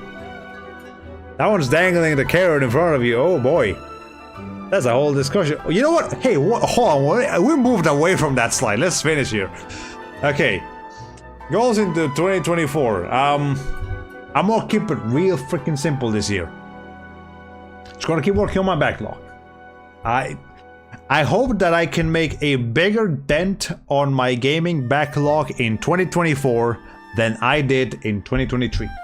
And if I follow my steps of playing less Genshin and less Honkai and more of just doing other things, that should be perfectly doable. Let's see if I do it. Let's see if I can keep my promise. Hopefully I can. Slap me if I don't. Make more art. Definitely gotta do more of that. And this is a little bit of an ambitious dream, but I do... It's not even really that much of a dream, but I do hope that at some point I make one piece of original art that gets just as much attention, if not more, than some of my most popular fan arts. Because you can get so much more attention on your art if you make it fan art.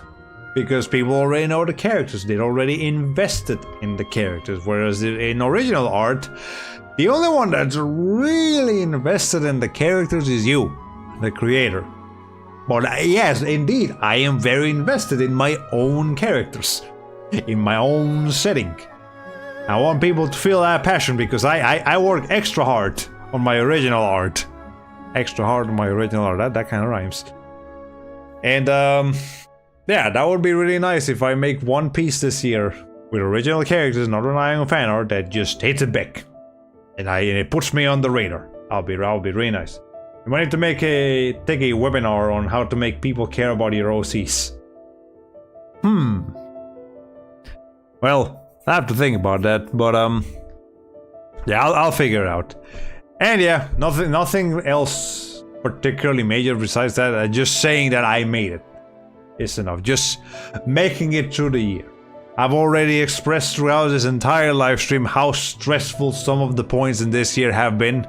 So just saying that I fucking made it, that I'm alive in this here December 15, 2023, and hopefully will still be alive December 15, 2024, and 25, and many years beyond that.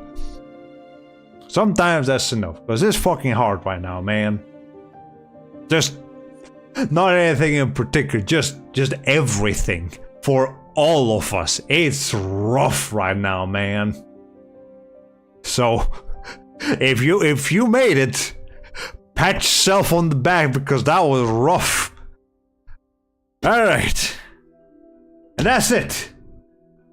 That's the live stream. I am very tired. So again, cannot promise that there will be another live stream in the near future. I don't know. I don't know when there's gonna be another live stream. Might happen soon, might happen in another year. But just know that I will not retire. That's not something that I'm gonna do. I got things that I want to do for this year. And the people in chat right now, I'll see you on the Discord server. I did stream this to several people, but you know, the main participants. I'll see you guys on the Discord server. Anybody else that wants to join this Discord server, please do. There's probably a link on the again a Linktree link somewhere on the description, so you can go there and figure it out. Otherwise, again, to make sure it's not an entire another year, I'll drag you into Lethal Company with me. Alright. That sounds like a plan to me. Anyway. I will catch you guys whenever. Be it on Discord or on Pixiv or on Twitter or somewhere else. Or here. Hopefully Twitch figures out some of their shit, because Twitch has had a bit of a rough year. It's their own fault, but they've had it. Alright. I will catch you guys next time. Have a good night. Bye bye.